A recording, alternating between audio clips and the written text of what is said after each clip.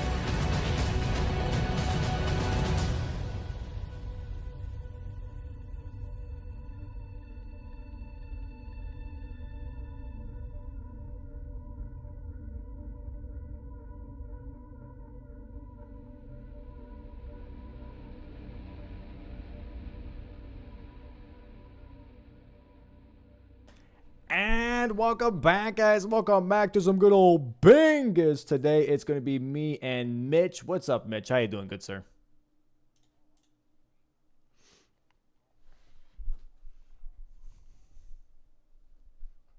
Oh, I'm so sorry, Mitch. I'm so sorry. I keep having you talk, and then I goof. It's my fault. It's my fault. Chat, you can yell at me.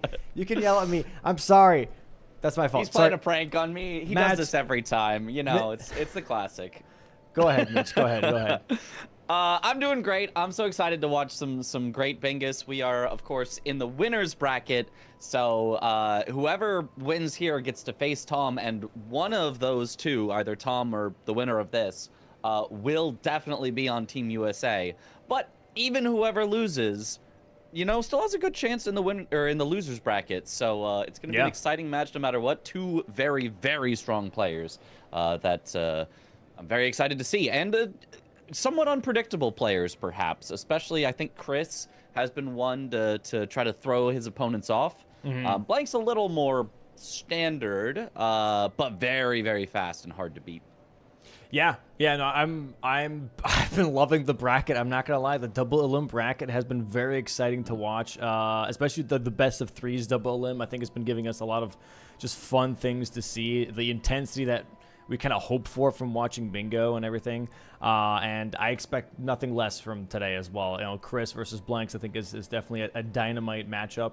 And I'm hoping for a game 3 on this one. And yeah, whoever loses this is going to be facing Ness tomorrow.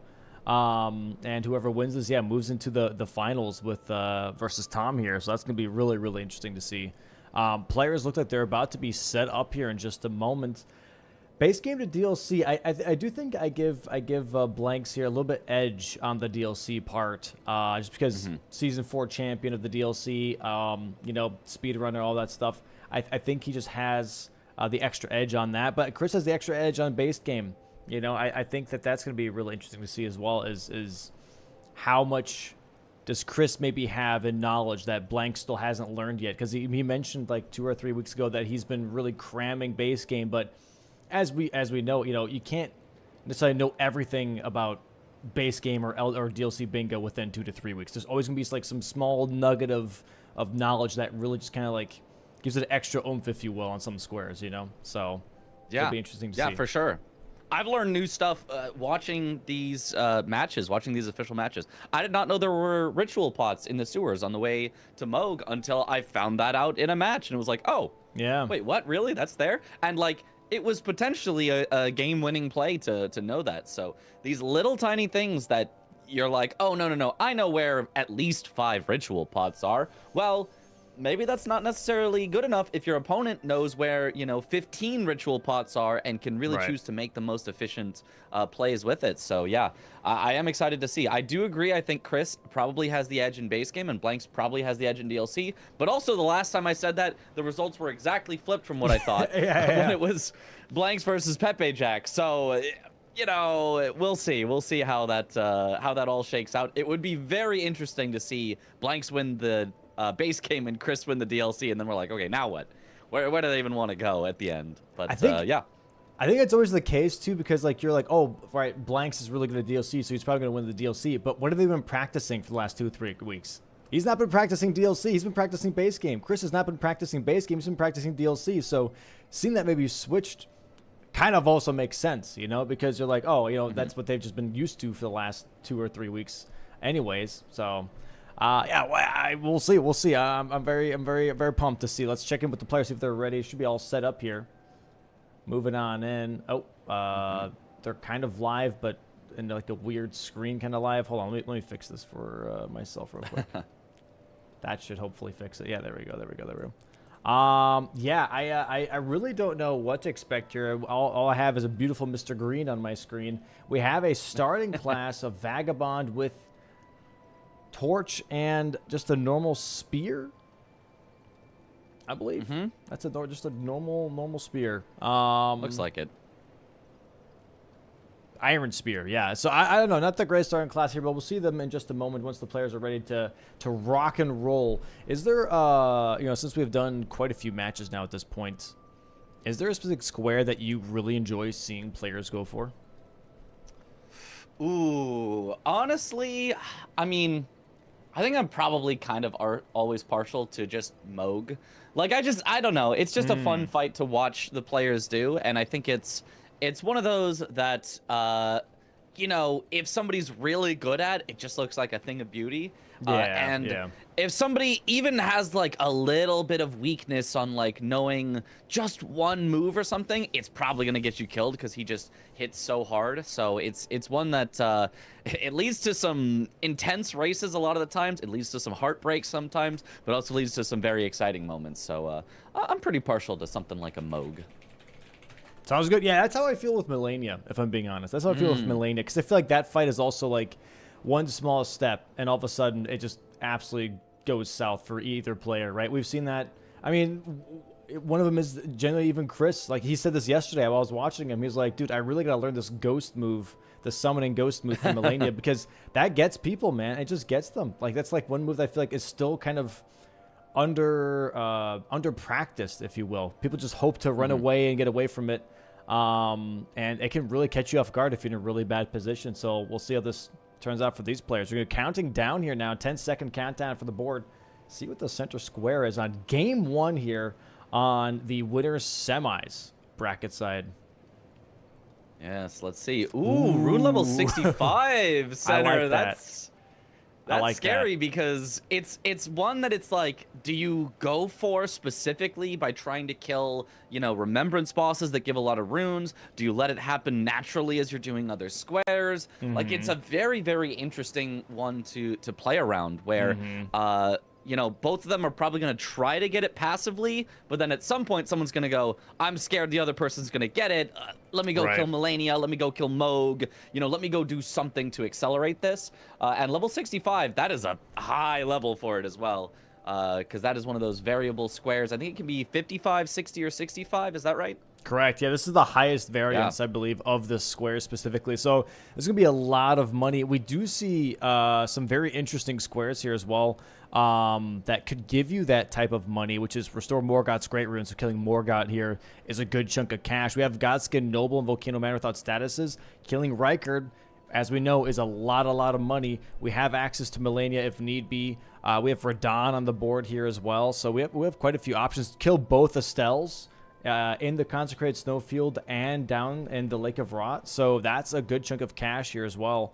So there is a lot of money on the board specifically. What we do also have, which I think is really interesting, is we have both the Killer Remembrance Boss, Sorcery, and Incantation.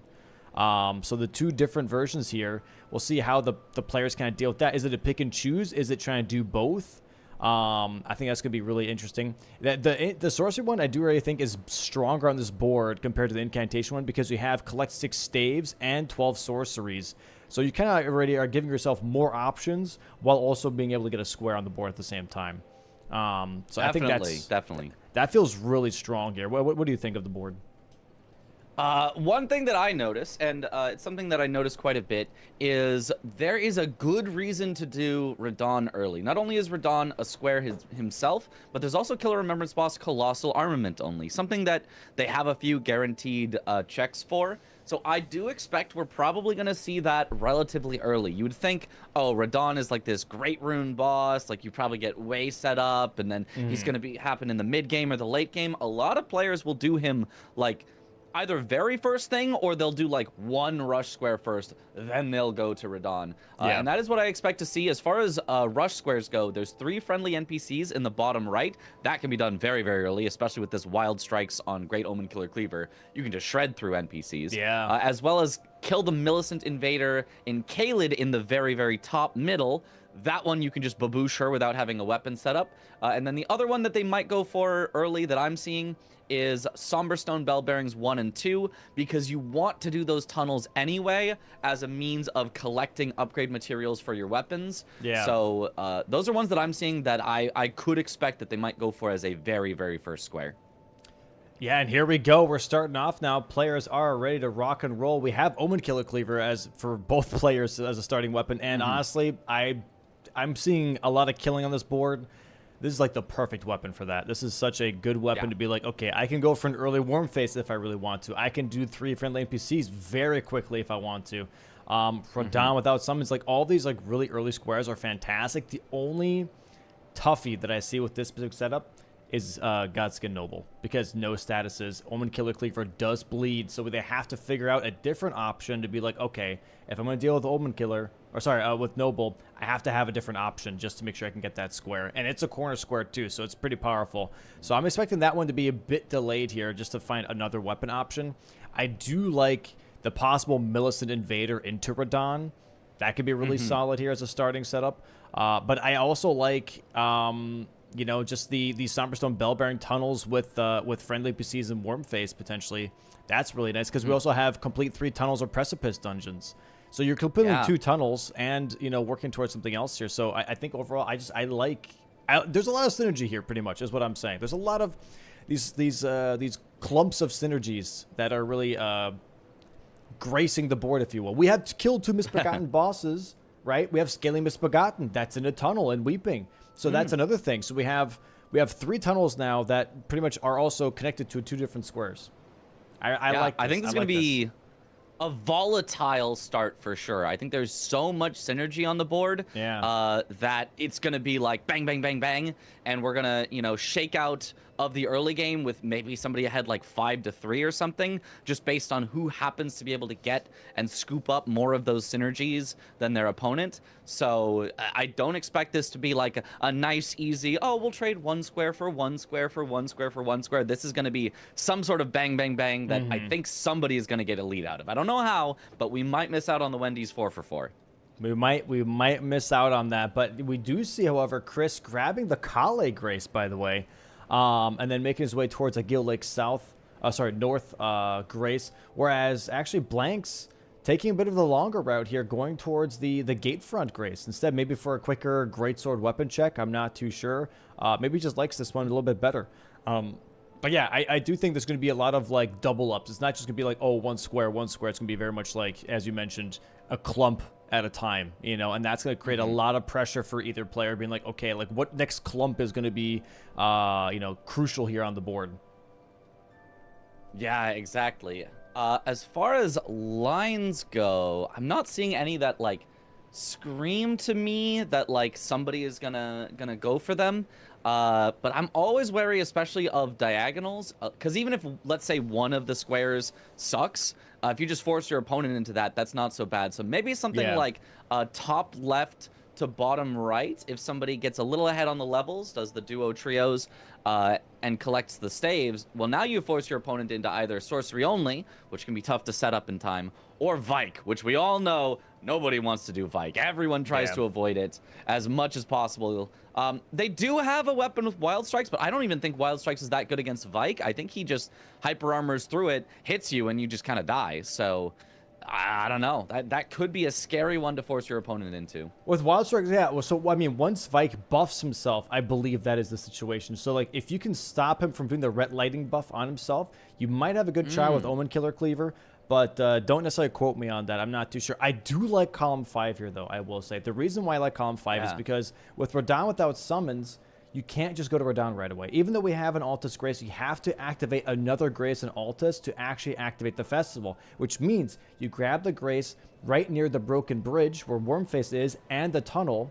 You go for Wormface early. That way you activate the festival. You go for Radon right afterwards. You have access to downstairs for the Ancestor Spirit, and you push someone into Vike. This Column 5 just feels really flowy. It flows nicely, you know? So I don't know. I like this Column 5 a lot for sure for one of these players. Yeah, and if you combo that Radon with Colossal Armaments only, almost every Colossal Armament does not have a status effect on it. So you could kill Godskin Noble without the status effect with the Colossal Armament that you use to kill Radon, so that you can get the synergy of Radon with a Colossal Armament. So yeah, very, very nice synergy in that entire column for it. Very good point. The only thing without synergy is Vike, which again, if your opponent takes from you, you're like, cool, awesome. You had to do Vike, I didn't. All right, and we see already immediately one of the friendly NPCs dying, Vare, taking a beating here from this Omen Killer Cleaver with Wild Strikes, and Chris now booking his way, I believe, towards Yura, and Yura being a katana check. So this might be a nice little switch up here from Chris, making sure that he, you know, gets a square on the board, not going for that early Radon. But we do see now also Blanks here. Blanks did not go to Halleck Tree like Chris did, but he went to Stormhill Shack first, and then went to Mountaintops to grab some money. So we might see a little bit of the same thing here, but Chris a little bit of a head start on upgrading and having money here for the Omen Killer. I don't even know if Chris upgraded. I think he just leveled, and that's it. I think he just got enough levels so that he could use it. Because you really, when you've got Wild Strikes with Bleed, like, you don't need that many levels to do some solid damage. Rivers as of we Blood saw here. from Euro. Yeah, Ooh. yeah. Got the Rivers of Blood, Decent. though, from Euro. It's okay. Yeah. Probably not as good as the Great Omen Killer Cleaver, but, like, you know, it's an interesting pick. If something's especially weak to fire, perhaps could be something. Yeah. Like the Moose, I think, is pretty weak to fire. So maybe we see that later. Millicent Invader here for Blanks now. He's going to go for that square. So, yeah, maybe Millicent into Radon here for Blanks could be a situation. Chris killing Bach now. There it is. 3 friendly PCs on the board here. So, claiming a little bit of that row 5 already. I'm going to refresh Chris just a little bit. I feel like I'm a little behind. Millicent now. Let's see if Millicent's giving Blanks a little bit of trouble. She's been giving a couple players a little bit of a headache here by evading the babooshes lately. But there we go. She does get tagged. Oh, no evasion there. Very nice. Kill. Blanks on the board now as well. And square for square, blow for blow. And we'll see if this keeps on going or if we're starting to go into a bit of a setup mode here. Chris making his way towards the Third Church of America, actually. So grabbing Explosive Physics here a little bit earlier. That is on row 1 here. So maybe he's already looking at column 4 and blocking row 1 here. This could be a potential thing. Because we also have killed Bloodhound Knight with Blythe. And Blythe is in Mistwood. So yes. Physic Flask, you go Mistwood. That could all work out together. I could see this being a nice little combination here that Chris is working on.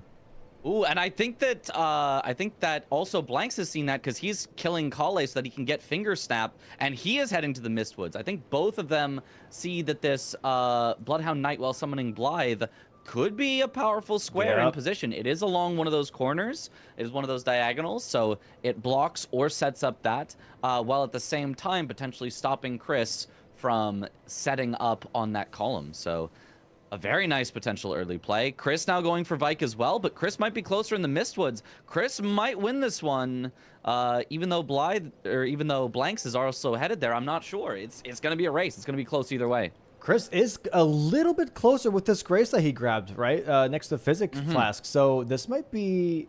Oh, no, this is interesting because Blanks is going to be grabbing the Grace, however, near Bloodhound Knight, whereas Chris does not have that one. So even though Chris has an earlier race towards the Wolf himself, he might be a little too far away afterwards that Blanks can make up that time. So I don't know. It's going to be very, very interesting. Chat, we can't do map. I did not get an overlay from our graphics designer, sadly, for this specific match. No. We can still do map, but the names are wrong. All right? The names are wrong. Do not look at the names for the love of Christ. All right? Do not get mad at me that the names are wrong. They're not wrong. They're not right. They're not right. We'll look at the map. We'll look at the map, but the names are wrong. Don't worry about the names. So yeah, he's going to be grabbing here. So Blank's grabbing. Did he even grab the Grace? I must have missed it. The Grace is down here. I don't. Yeah. I believe he did. He did. Okay. So yeah, Chris is going to be already in the ruins here. Going to be grabbing the Axe Talisman, and I believe then also grabbing Blythe. This is looking really close. If anything, this is now because Chris is going for this Axe Talisman. I think that is. Did he already call down the Wolf? He did. That? Yep. He talked to Blythe. Yep. Oh, wow. Okay. It's just, really the time he takes riding versus the time that Blanks takes snapping, it is very close either way. Here he comes. He's dropping down. Blanks talking. Chris running. Chris is making up the time here. He is passing by this Grace now. Oh, he's skipping a Grace. Oh, Chris is ahead. Chris is ahead for sure. Then Blanks still has to warp, and he's going for the Axe Talisman. Yeah, this is solidly in Chris's favor. Yeah, very nice play here from Chris. Yeah, Chris definitely ahead now. Entering the Everjail now, so this is going to be very interesting. Okay. There's the summon. Yeah, he's in the fight so far ahead that barring any major disasters, he definitely has this one first. He does get hit, just takes a hit trading with the Wild Strikes, but he's got to be a little careful. Oh, gets down really, really low. He's got to avoid it. Okay, he heals up. He should be fine. Yeah, that was scary.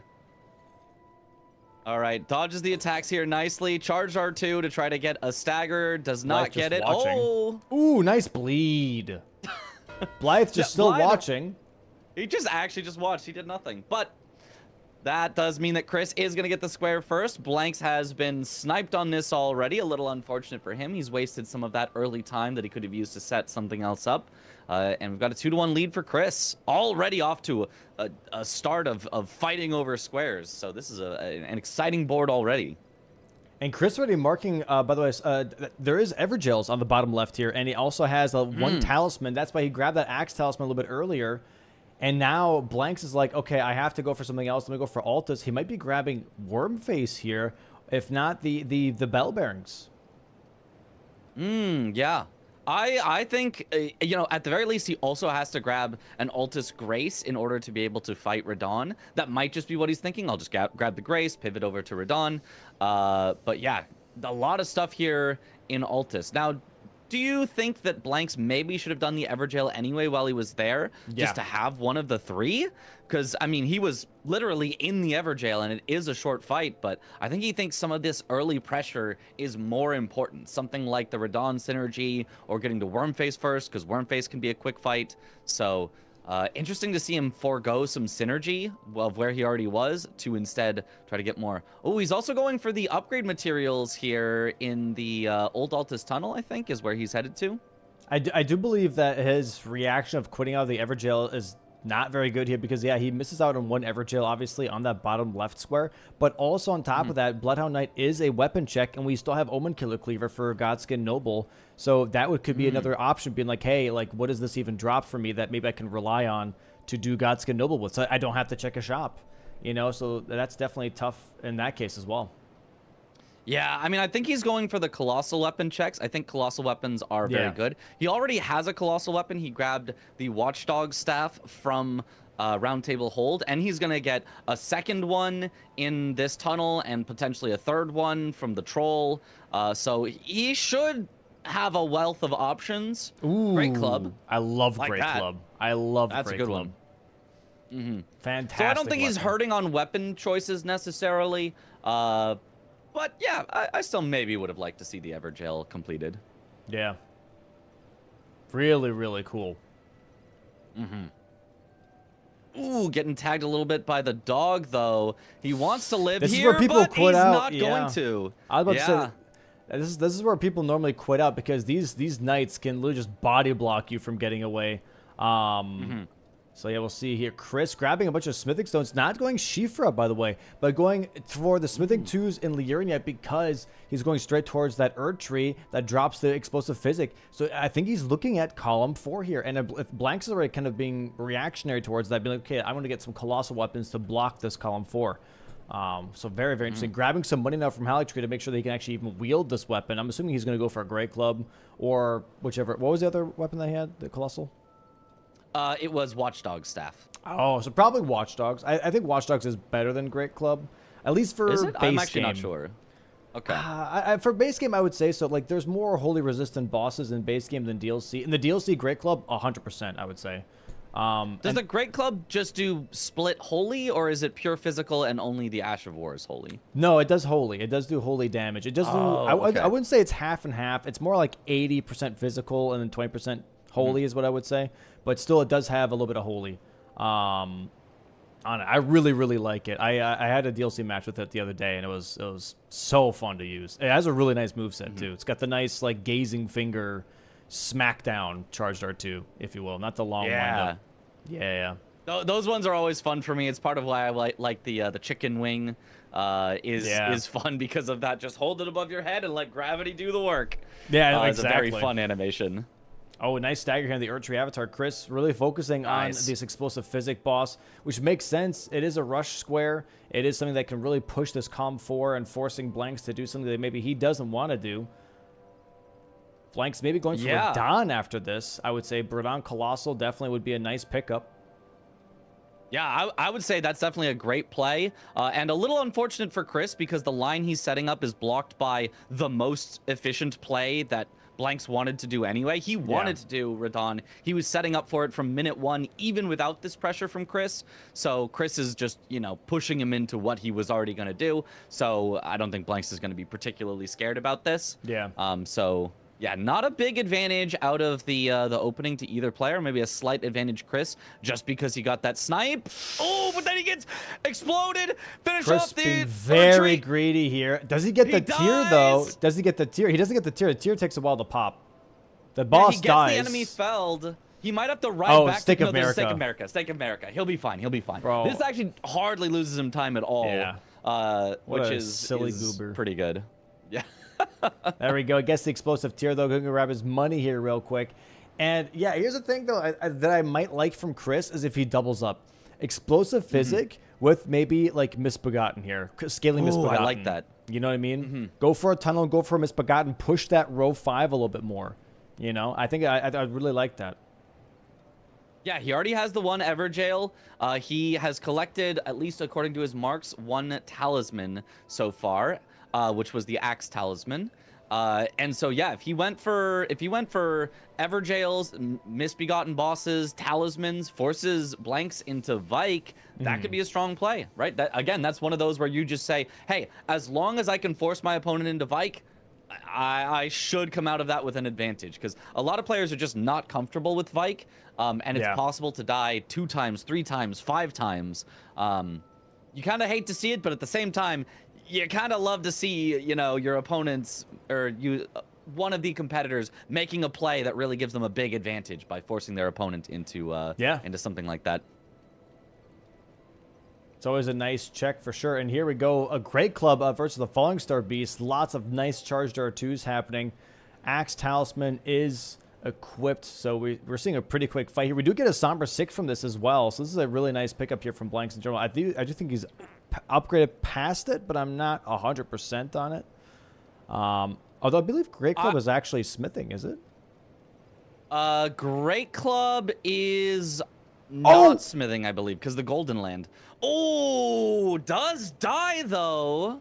I don't know. I have a weird feeling. Is it the Great Club that has like, maybe is it Somber? Maybe it's Somber. I think so. I'm not 100% on it.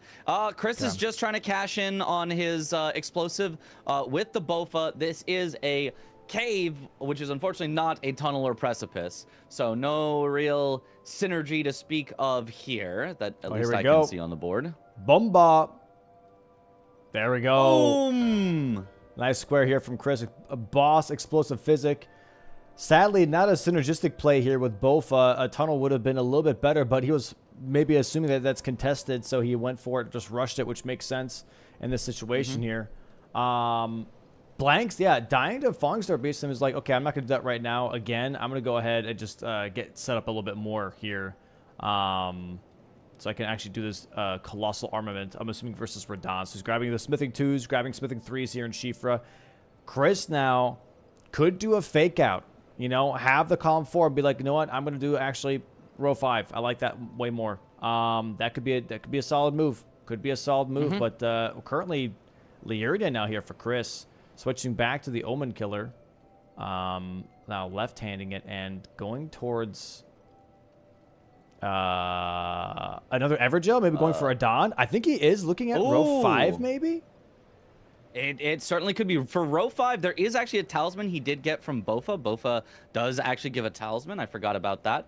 And you do need 9 talismans. That is a lot. So getting 1 extra from Bofa can help out quite a bit. So Chris going for the synergy that I did not notice at first. So he definitely could be heading for that bottom row. I think that is his kind of best bet here. Oh, and it looks like Great Club, I think, was smithing because he needed to upgrade his Watchdog staff for Somber. So I guess the Great Club was smithing. Yeah. Interesting. It might be one of those rare smithing, but you can't infuse it weapons. Yeah, that is what it is. It's like Serpent Bone Blade, you know? Yeah. That's what always confuses me. I see the unique Ash of War, and I'm like, oh, that must be Somber. And like, not always the case. Couple exceptions. Yeah. It's very, very weird. But we do have a Don here, and this is going to be really interesting. So Chris already looking at the row 5, and I like that. I like this a lot. I like this a lot for sure, because Misbegotten Bosses is not too crazy to deal with. Row 5 is very quick to really execute on besides the talismans. But if you really focus talismans, they can stack up very quickly as well, right? You can get a hammer talisman. You can grab talismans from some of the merchants. Chris has to be careful here. Gets one shot by Adon. Yeah, that's not what you don't always see. Respecting the Adon armor here. Prelate armor is better than whatever Chris has on. Gets smacked in the face. Jaw unlocked. Honestly, I do appreciate the attempt, though. You know, I feel like on every NPC, you have to try Wild Strikes once. It only works on like half the NPCs, but if it works, you get a free kill. And if it doesn't work, well, at least I get to try again quickly. Yeah, and here we go. Okay, it looks like, yeah, we're going for Radon here from Blanks. Colossal Adon Radon versus Radon is going to be the race here. I'd be very surprised if Adon would still be up, though. If he's out right now, like, damn, holy smokes. I wanted to say it, though. No, that's fair. Come on, that was good. I like it. Fire take a little bit. Chris has to be careful. Flame of the Fell Gods. Little lore drop here. Adon stole this from the Flame Guardian in Mountaintops. He did not steal it from the Giants themselves. He stole it from the Guardian of the Giants, which is Arganthe. Oh. That's what the Flame Guardian Arganthe in the ruins right before the Flame Giants has the spell, and Adon stole it and ran away with it. Huh. Yes, sir. Yes, sir. I think you asked that of us on a Souls Jeopardy. Yes, and nobody got it. So that's why I was like, I'm going to use it now. I know it now. I'm just gonna just throw it out there while I have it. Yeah. All right. But yeah, Blanks is pretty close here to Radon, so he should get this. This will luckily block out the column that Chris has been setting up for. It also gives himself 2 squares for 1 kill, so it'll tie up the score 3-3 unless Chris gets another square in the meantime, as well as giving himself that underground access, which could help him get to Fia's later. It could help him get to...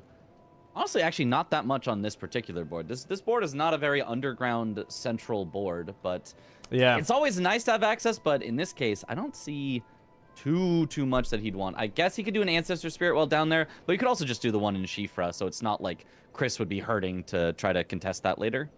So yeah, Chris kind of showing here that he's going to be doing row 5 maybe a little bit as he's going for his 3rd ever jail now with his Crucible Knight.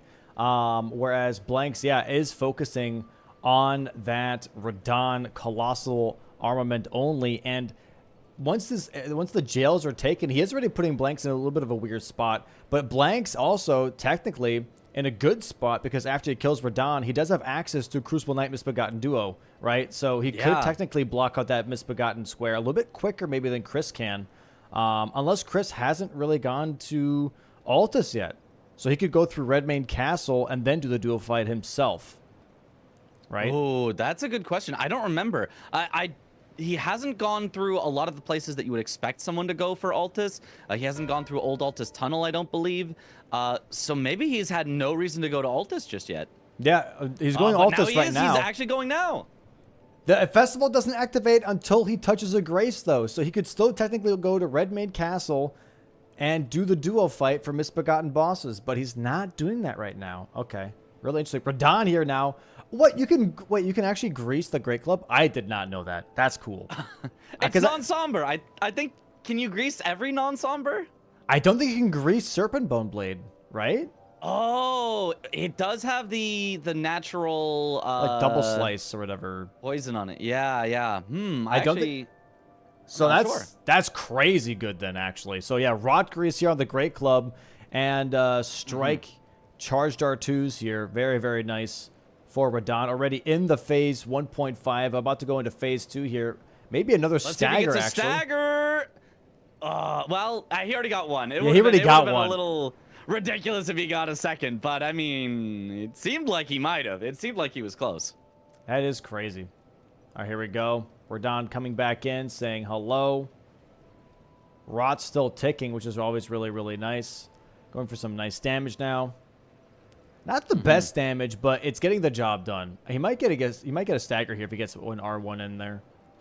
I mean, he almost had a basically scripted fight. I there would you call go. this pretty good damage for early game. Does get a second stagger. Bang, bang. 2 for 1. Bang, bang. 4 to 3 in Chris's favor still, but Blanks with great fighting opportunities and with a ton of runes he just got. This will help him get towards that rune level 65. It's nowhere near close enough yet, but you know, more runes creeps a little closer to that. It would block off the diagonal that Chris also has 2 squares in currently. He currently has the Bloodhound Knight while summoning Blythe and the 3 Everjails. Alexander's just absolutely popped like a pinata there, by the way, with that jar shard. That Great Club absolutely just demolishing him real quick. Yeah, this is interesting because, like, for Chris, right, this is another tunnel. This is a tunnel right now, Old Altus Tunnel, right? So if he kills this boss, he gets a Colossal check, which now doesn't matter anymore. But gets a little bit more. What the hell? That's a really far throw. Oh, wow, okay. Works out perfectly for him. Looked a lot higher than knows usual. the throw. Very nice hit. Very nice kill. Ooh, I love Anvil Hammer. I love the anvil. You know, honestly, even if Colossal is gone, I would still maybe use that. I love the Anvil Hammer.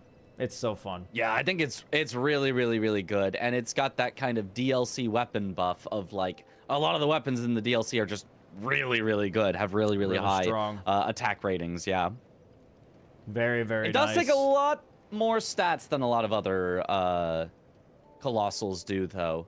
Because it not only needs the strength, but also the faith, if I'm not mistaken. Yeah, it's not too high, but yeah, there's a faith requirement. It's like 18 or something. I don't know, 15, 18, around there. Yeah, smithing 8s and smithing 7s now here for Chris. Going to be upgrading a little bit more. We do see Scaly Misbegotten here from Blanks. Blanks already seen that row 5. Is like, okay, if I'm going to deal with this, I deal with this right now. Misbegotten bosses, I'm going to take that down. And duo trio, because Crucible Knight Misbegotten duo.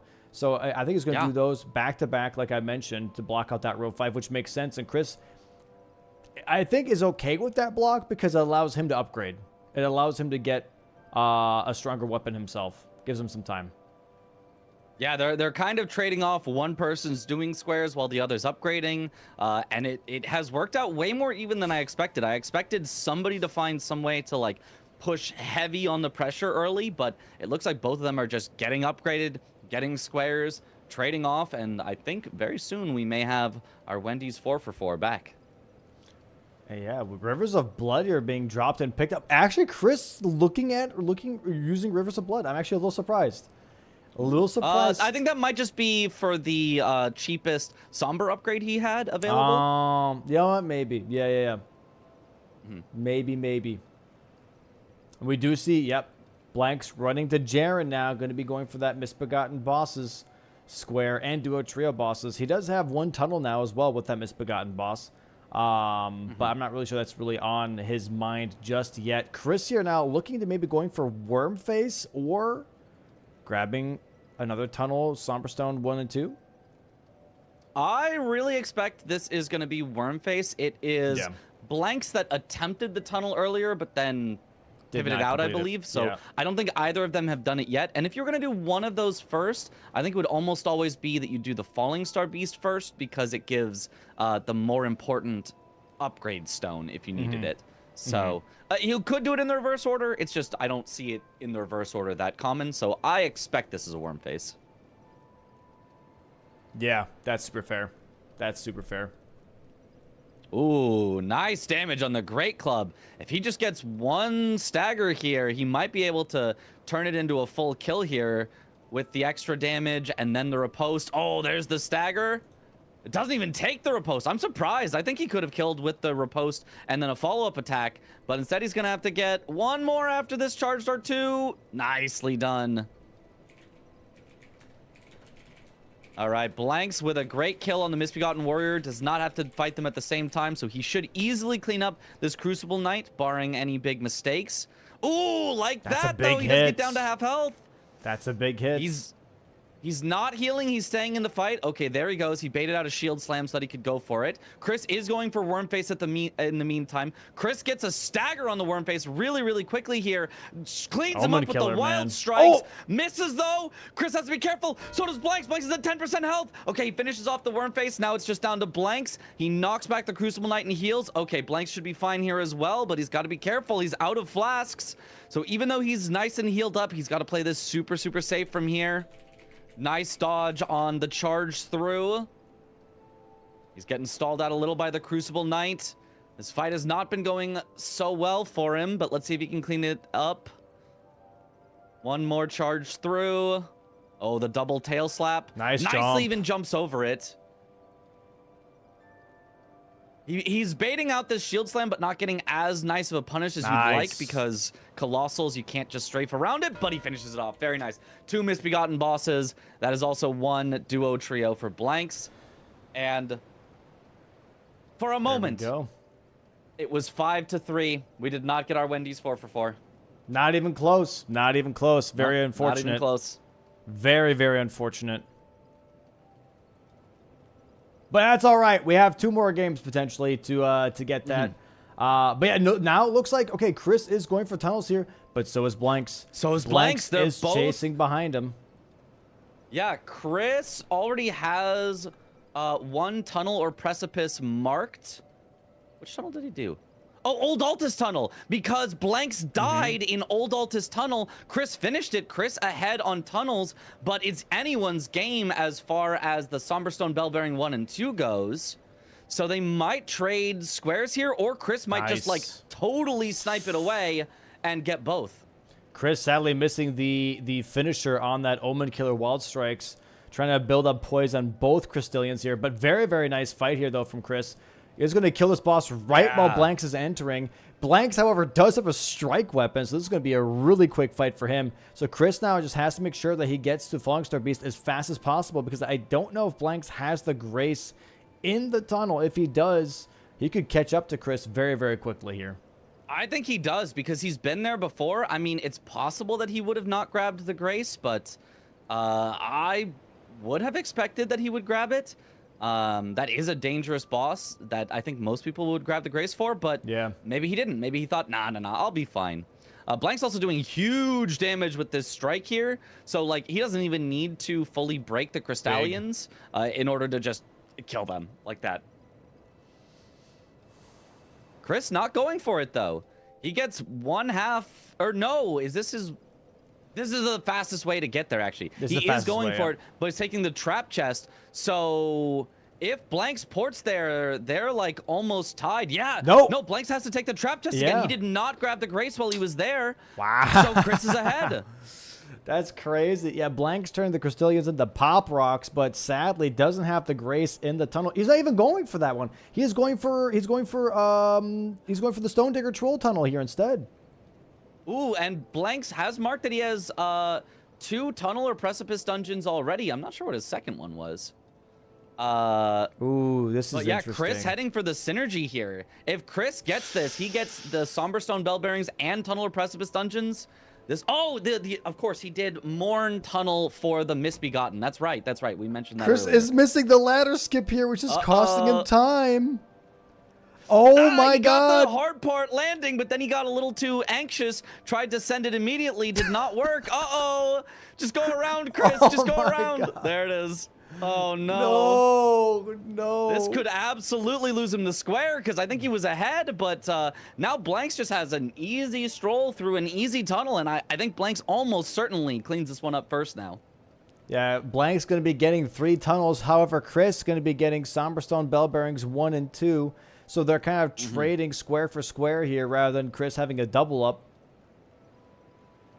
Yeah, very interesting. So Blank's sort of foregoing his own potential synergy in order to just get rid of the synergy that Chris could have had. And it's going to pay off in a big way here, because if they raced, Chris was probably ahead, even with those ladder incidents, or at least it would have been very close.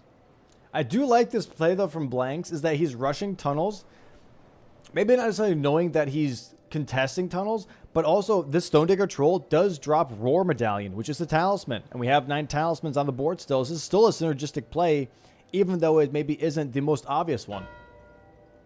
And there it is. Very quick cleanup. Jesus Christ. So now, if Blanks pushes rune level 65, he could force Chris into Fia's champs via that column 3. That's a very scary threat for Chris. So if you're Blanks, do you like rush Moog for levels or something? Because, I mean, that's a strong play. Like, anything you can do to force your opponent into Fia's champs, your opponent is not going to be happy about. Especially because Blanks is the only one who's killed Radon so far. So if he gets access to Fia's champs first, he could just win off of that potentially. Yep, Blank's grabbing his last duo trio boss. Going to be Demi-Human Chiefs from the looks of it. Checking the shop real quick to see if there's any good weapons. There is Blood Fiend's arm and Matting Hand. So he's grabbing both of those, being like, okay, you know what? That is a deal that I cannot pass up. Chad, would you take that deal? That's a damn good deal. And there we go. Blood Fiend's arm and Matting Hand. Pretty damn solid weapons. Both solid weapons. Yeah, the Matting Hand acts like the Iron Balls or the Star Fist that we all love, but it's split damage between physical and fire. Can be really good against fire weak bosses, but against fire strong bosses, it's okay. It's pretty good. And then the Chicken Wing, just my preferred Colossal, my favorite personally, but you know, some players love it, some people hate it. It is very slow, but you know, it's a solid Colossal. I like it. I love the Crouch R1s here. Very strong. There it goes. Demi-Humans being taken. Chris nodding, being like, okay, that's fine. That's cool. I wasn't going for that anyways. Also makes sense. You know, at the end of the day, as soon as you saw, like, Misbegotten bosses, he was probably like, okay, that's probably Crucible Misbegotten as well. So he's going for Volcano Manor here. So, Chris, maybe looking at Godskin Noble. He's looking at the diagonal. Godskin Noble... Yeah, possibly into Rykard to try to get rune level 65. Whoever gets rune level 65 is going to have a big advantage in this. They're going to block their opponent's line as well as promoting their own line. So this is an interesting one. It might just... This whole game might come down to a rune level 65 race. I think, okay, so Elder Lions here for Blanks, by the way. Blanks maybe looking at row 3 as well, really trying to push Chris maybe into that Morgoth's Great Rune, rune level 65. But again, that diagonal looking really good for Chris. Godskin Noble into Rykard could really get him kind of close to that 65. Maybe not fully there, but definitely pretty damn close. And that could be a really sneaky diagonal for sure as well. Definitely something to be very wary of. Yeah, so while as much as Elder Lions is not like a bad square or that slow of a square, for Blanks, I don't know. I feel like this rune level 65 is just so important to go for. And these Lions give like no runes as far as I'm aware.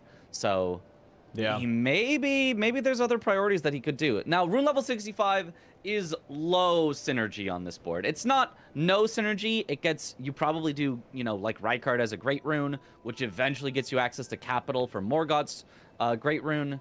But yeah, it is a little bit of all-inning. If you want the level 65, you have to think that the pressure is going to be worth it, because it's probably not the majority play to go for rune level 65. Chris here killing the Bloodhound Knight for a claw weapon check here, because that Bloodhound Knight does guarantee a weapon check for fists or for claws. The Elder Lion here actually in Redmond Castle, by the way, did drop like 6,000 or 7,000 runes, so it's not that bad. It's still, that's a good chunk of cash. It's a good chunk of cash, but when you can get 400,000 runes from Moog, you know, it's not necessarily the best way to collect cash. Very true. Very true. All right, Blank's having some pretty good fights here with the Lions. He did, I believe, heal between the first and the... No, he actually is still on low flasks here. But, oh, yeah, gets tagged there. Doesn't have any way to heal it up. But he's got the stagger. The Wild Strikes, though, not that good against a staggered Lion, because it does wake up immediately as soon as you hit it. 1 or 2 more hits here should do it. Bang! There's the Elder Lions. Very nice. On the board currently, 6-7 here between Chris and Blanks. Absolutely insane gameplay. Going to Stormvale Castle here now for Chris. I think he's genuinely looking at incantations only, rune level 65, Godskin Noble. I think the diagonal is something that Chris is really eyeballing here. Yeah, totally makes sense. Yeah, Margit gives a surprising number of runes just for like he's just an early boss that you go and kill here.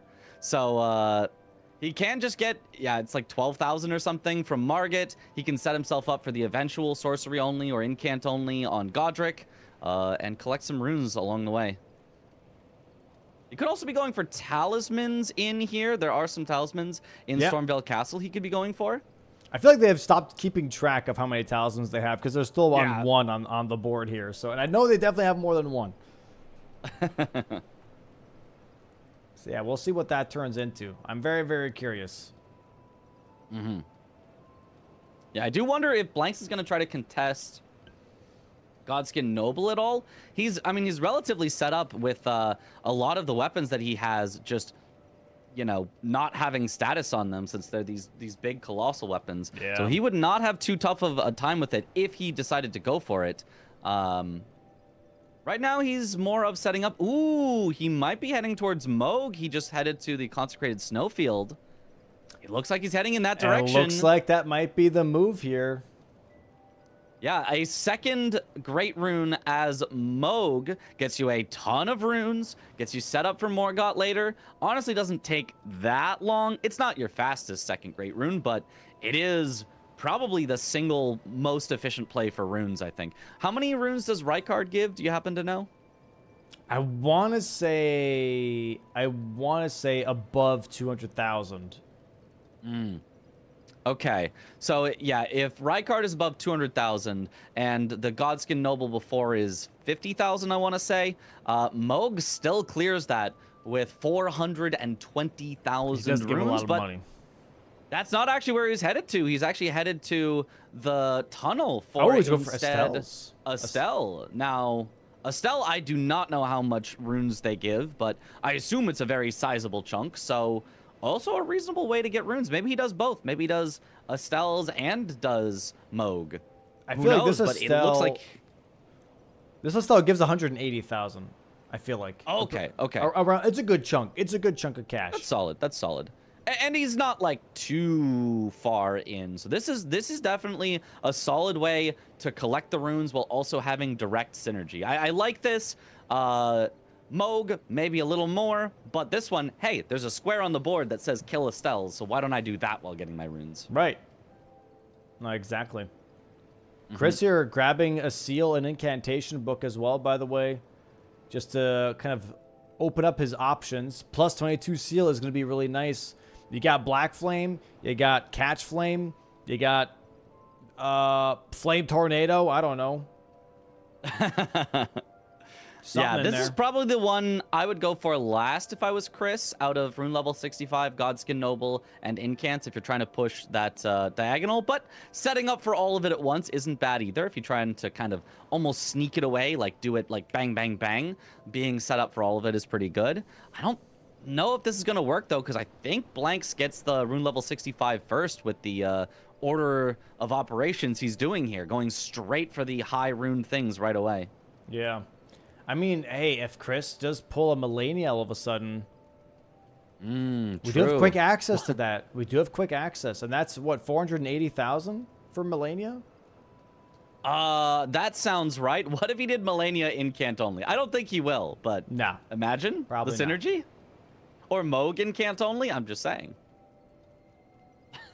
I could be. I mean, I don't think either of those are happening. If you had like an actually good spell, it's possible, right? Yeah. I mean, look at like you could do Estelle with Pest Threads. Like, imagine if you find Pest Threads, you're like, okay, shit, I'll send that. You know what I mean? Like, it's possible, but the stars have to align for that specific situation to happen. You know what I mean? Yeah. And in general, it's actually faster to just do Melania normally and then also kill Godric with incants than it is to try to do just Melania with incants. Yeah. All right, nice wild strikes on the head of Estelle here, taking him down quite quickly. Let's see if he still gets the riposte. He does. He knows exactly how many R1s to get. Soonish. Yeah. I think he already got one, but the second one I think should be coming soon. Unfortunately, here's the teleport away. Oh, it doesn't teleport too far, but he is going to have to dodge all the meteors. And here they come. Nice job keeping up the stagger by making sure to hit him before the meteors arrive so that he does not... Ooh, Oh! but almost does. Wow. Even do a block. Wow. That was actually insanely lucky there. Or calculated. I can't tell. But that blocking a giant gravity meteor here from Estelle, putting him down to like 15 HP. And Chris here, by the way, has Fire Whip and Goronk Claw for 2 incants. We'll see how that plays out here. Or Whirl of Flame, I guess, if you will. And Beast Claw. That's pretty damn bad. it's not great. Yeah, for how slow that cast, that's pretty bad. Whereas Blank's just getting Estelle, cleaning it up. Just one more R1 as he comes back down. There it is. So Blanks doesn't have the full square yet, but that's a ton of runes. He's gonna level up a good bit. Let's see if we can see what level he ends up at. Well, Chris is, oh yeah, struggling on Godric. That's just a really slow cast. It's hard to get off safely. Most incants, like a lot of the benefit of incants is like, oh, well, at least they cast really quickly, right? Oh, he even gets it knocked back from the wind. That's funny. 125,000 on Blanks. That's actually less than I expected him to have after killing Estelle and popping some runes with it. So Estelle, I don't think actually gave that much.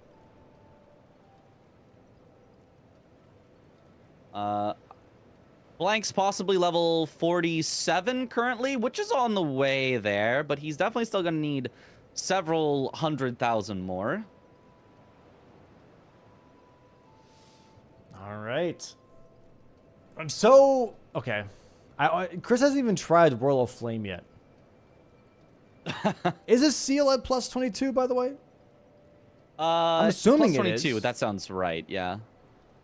Assuming he dropped and picked it up, but I would assume he would do that. Yep. Lots of assuming here, but yeah, I'm hoping that that's the case. Blank's currently still holding the lead. This Putrid Avatar, does this give a lot of runes? I expect it must for him to be here. It's consecrated. I want to say this is like 80,000, but maybe it's more than that. Okay. I mean, 80k, not bad for how squishy this thing is. It is not that hard to fight. Nice stagger on it. I don't really fight the street if I'm being fair, so I don't really know. Yeah, it is a somewhat common one if Erdtree Avatars is on the board, but yeah, not one that I've fought that much either, outside of like all bosses challenges. Yeah.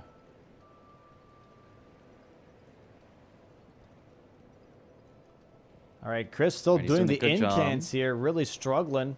Not struggling as in like he's having a hard time, but more struggling with damage. You know, definitely. Yeah, he does huge have time at least some mana flasks left, so he should be all right as long as he just keeps this up. He's honestly doing a great job with how slow the incant is. He's got 2 flasks left, so here's his second to last flask. He should have honestly just enough. I think he is gonna have to use his final flask, but when he does, I think he'll get this. He might actually not have to use his final one. Nice job. Honestly, it looked like it was going to be very, very slow, but this is not too bad from Chris. I think this is working out just fine for him.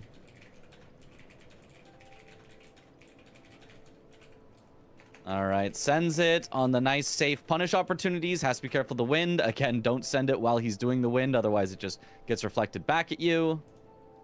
Ooh, that one is a little bit of a risky send. Ooh, he almost got grabbed. Just barely manages to dodge in time. Has to get in through the fire. Oh. Gets a little clip, though. He's low on health. He doesn't have any healing flask left. He sends the last one and gets the kill. Very nice kill from Chris. Nice. There you go.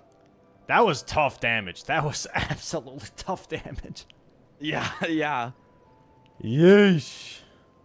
All right, here we go, though. It's going to be a mark here from Chris. Incantations only. So, yeah, really pushing Blanks now into that also 65 runes here. But if Blanks gets it, you're looking at Morgoth's Great Rune, and that is just not fun. Blanks are going for Worm Face, even though Worm Face is already dead. Just maybe some extra money. That's pretty easy to grab. He's got to be not that far off anymore from hitting level 65. Chris here now going to be going for Godskin Noble with the Sacred Phalanx. Nice, nice. I am surprised that Blanks is not just sending it Moog, because Moog gives so much runes. I think it would just completely finish off level 65 at this point. Yeah, I'm not too sure. I'm not too sure. It also, gives him a second great rune. So if you're going to do things that aren't squares anyway, why not do the one giant chunk of runes? Oh, he gets it anyway. There we go. Never mind, he doesn't need it. There you go, rune level 65. Chris making a face like, wow, I did not expect him to get it that early. And I don't think any of us did. Wow, very, very nice. And now all of a sudden, Chris is forced into Fia's champs. That is his only option to block the bingo. He will have to do that at some point unless he can get a full line himself first. So Chris could maybe try to push column 2. He could do, although doing another boss sorcery only. Another boss sorcery only is really rough, given that he's already killed Godric incant only. Like, what boss would you even do sorcery only? Radahn, I guess.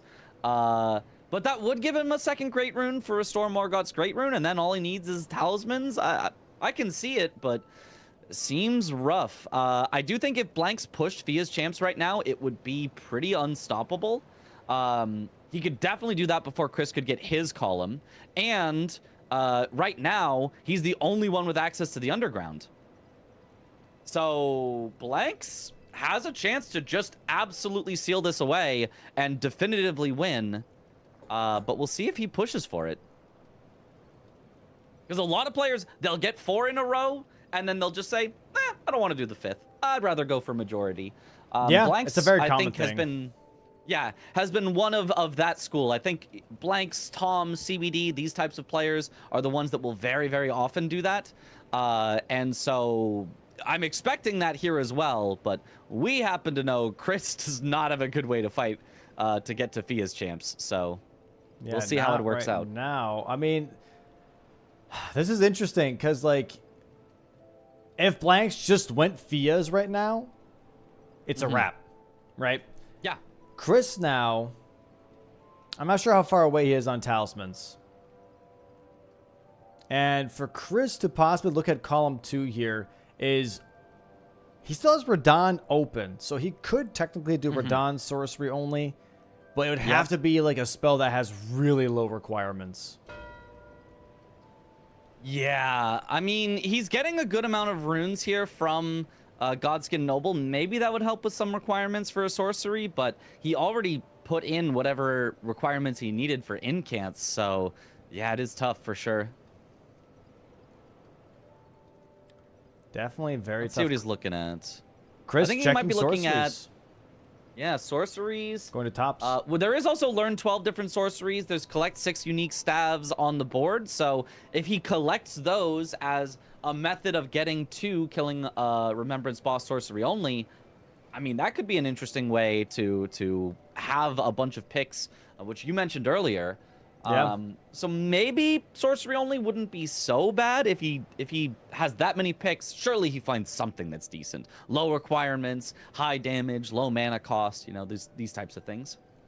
I mean, obviously, Carrion Slicer, that's the one thing that you're looking for probably the most here is Carrion Slicer. If not, Glintstone Shard's pretty solid. Versus Radahn, I mean, if I'm thinking Night Rain, Shattering Crystal. But actual Elden Ring, I don't think it's actually that good. So we'll see what the other options are. I think Carrion Slicer is like your no-brainer move here. Top's getting absolutely decimated while he's sitting on a bench crying about life. Elden Ring in a nutshell. And now we're going for Sellen here and grabbing the book, I'm assuming, as well. We already have 3 staves. And yeah, I really don't know. This is one of those things where, like, I'm getting more and more used to, obviously, players not finishing bingo lines, but I feel like that's even more of a reason to actually do it. And Blanks here, however, going to be going for talismans right now. He's looking at blocking one of the last bingos that Chris has, which is that column 2, by going for Gillica here with the Ritual Sword Talisman. Yeah, I think this can be, it's a very safe play.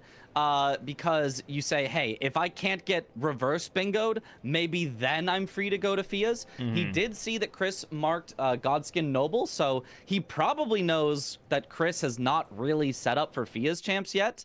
Another nice thing about killing Gillica specifically is that the talisman that you get is a really, really good one. That Ritual Sword talisman, just one of the best talismans in the game. It's just free damage no matter what your build is, and in fact, he swaps immediately to it. So very nice to go for that early so that you can be faster on everything else you kill.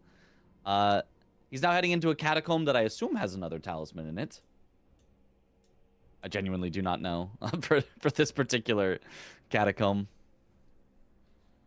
Let's go for a katana check here. What do we get? We have Sword of Night. That's Sword of pretty Night. decent. That's not bad. Yeah. I like Great Omen Killer Cleaver better, but it's not bad.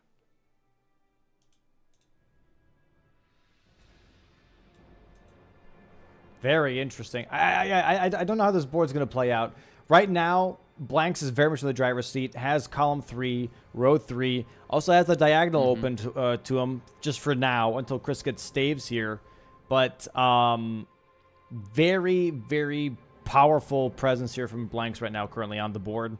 And he's just going to go for majority. After this column 2 is gone, just go for majority. He kills Black Knife Assassin here. He gets the Assassin's Crimson Dagger for that. And just keeps focusing on talismans, which I think is the right call because Chris is not doing that. Yeah.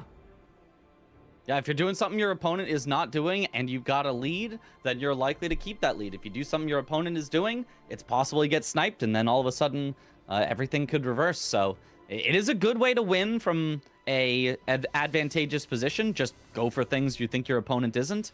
Although I also like to see lines. I like to see people push for lines. I think eventually we'll start to see people push to lines as everyone realizes, wait, if nobody pushes for lines and nobody blocks lines, then if I start pushing for lines, I can just get it and they won't stop me.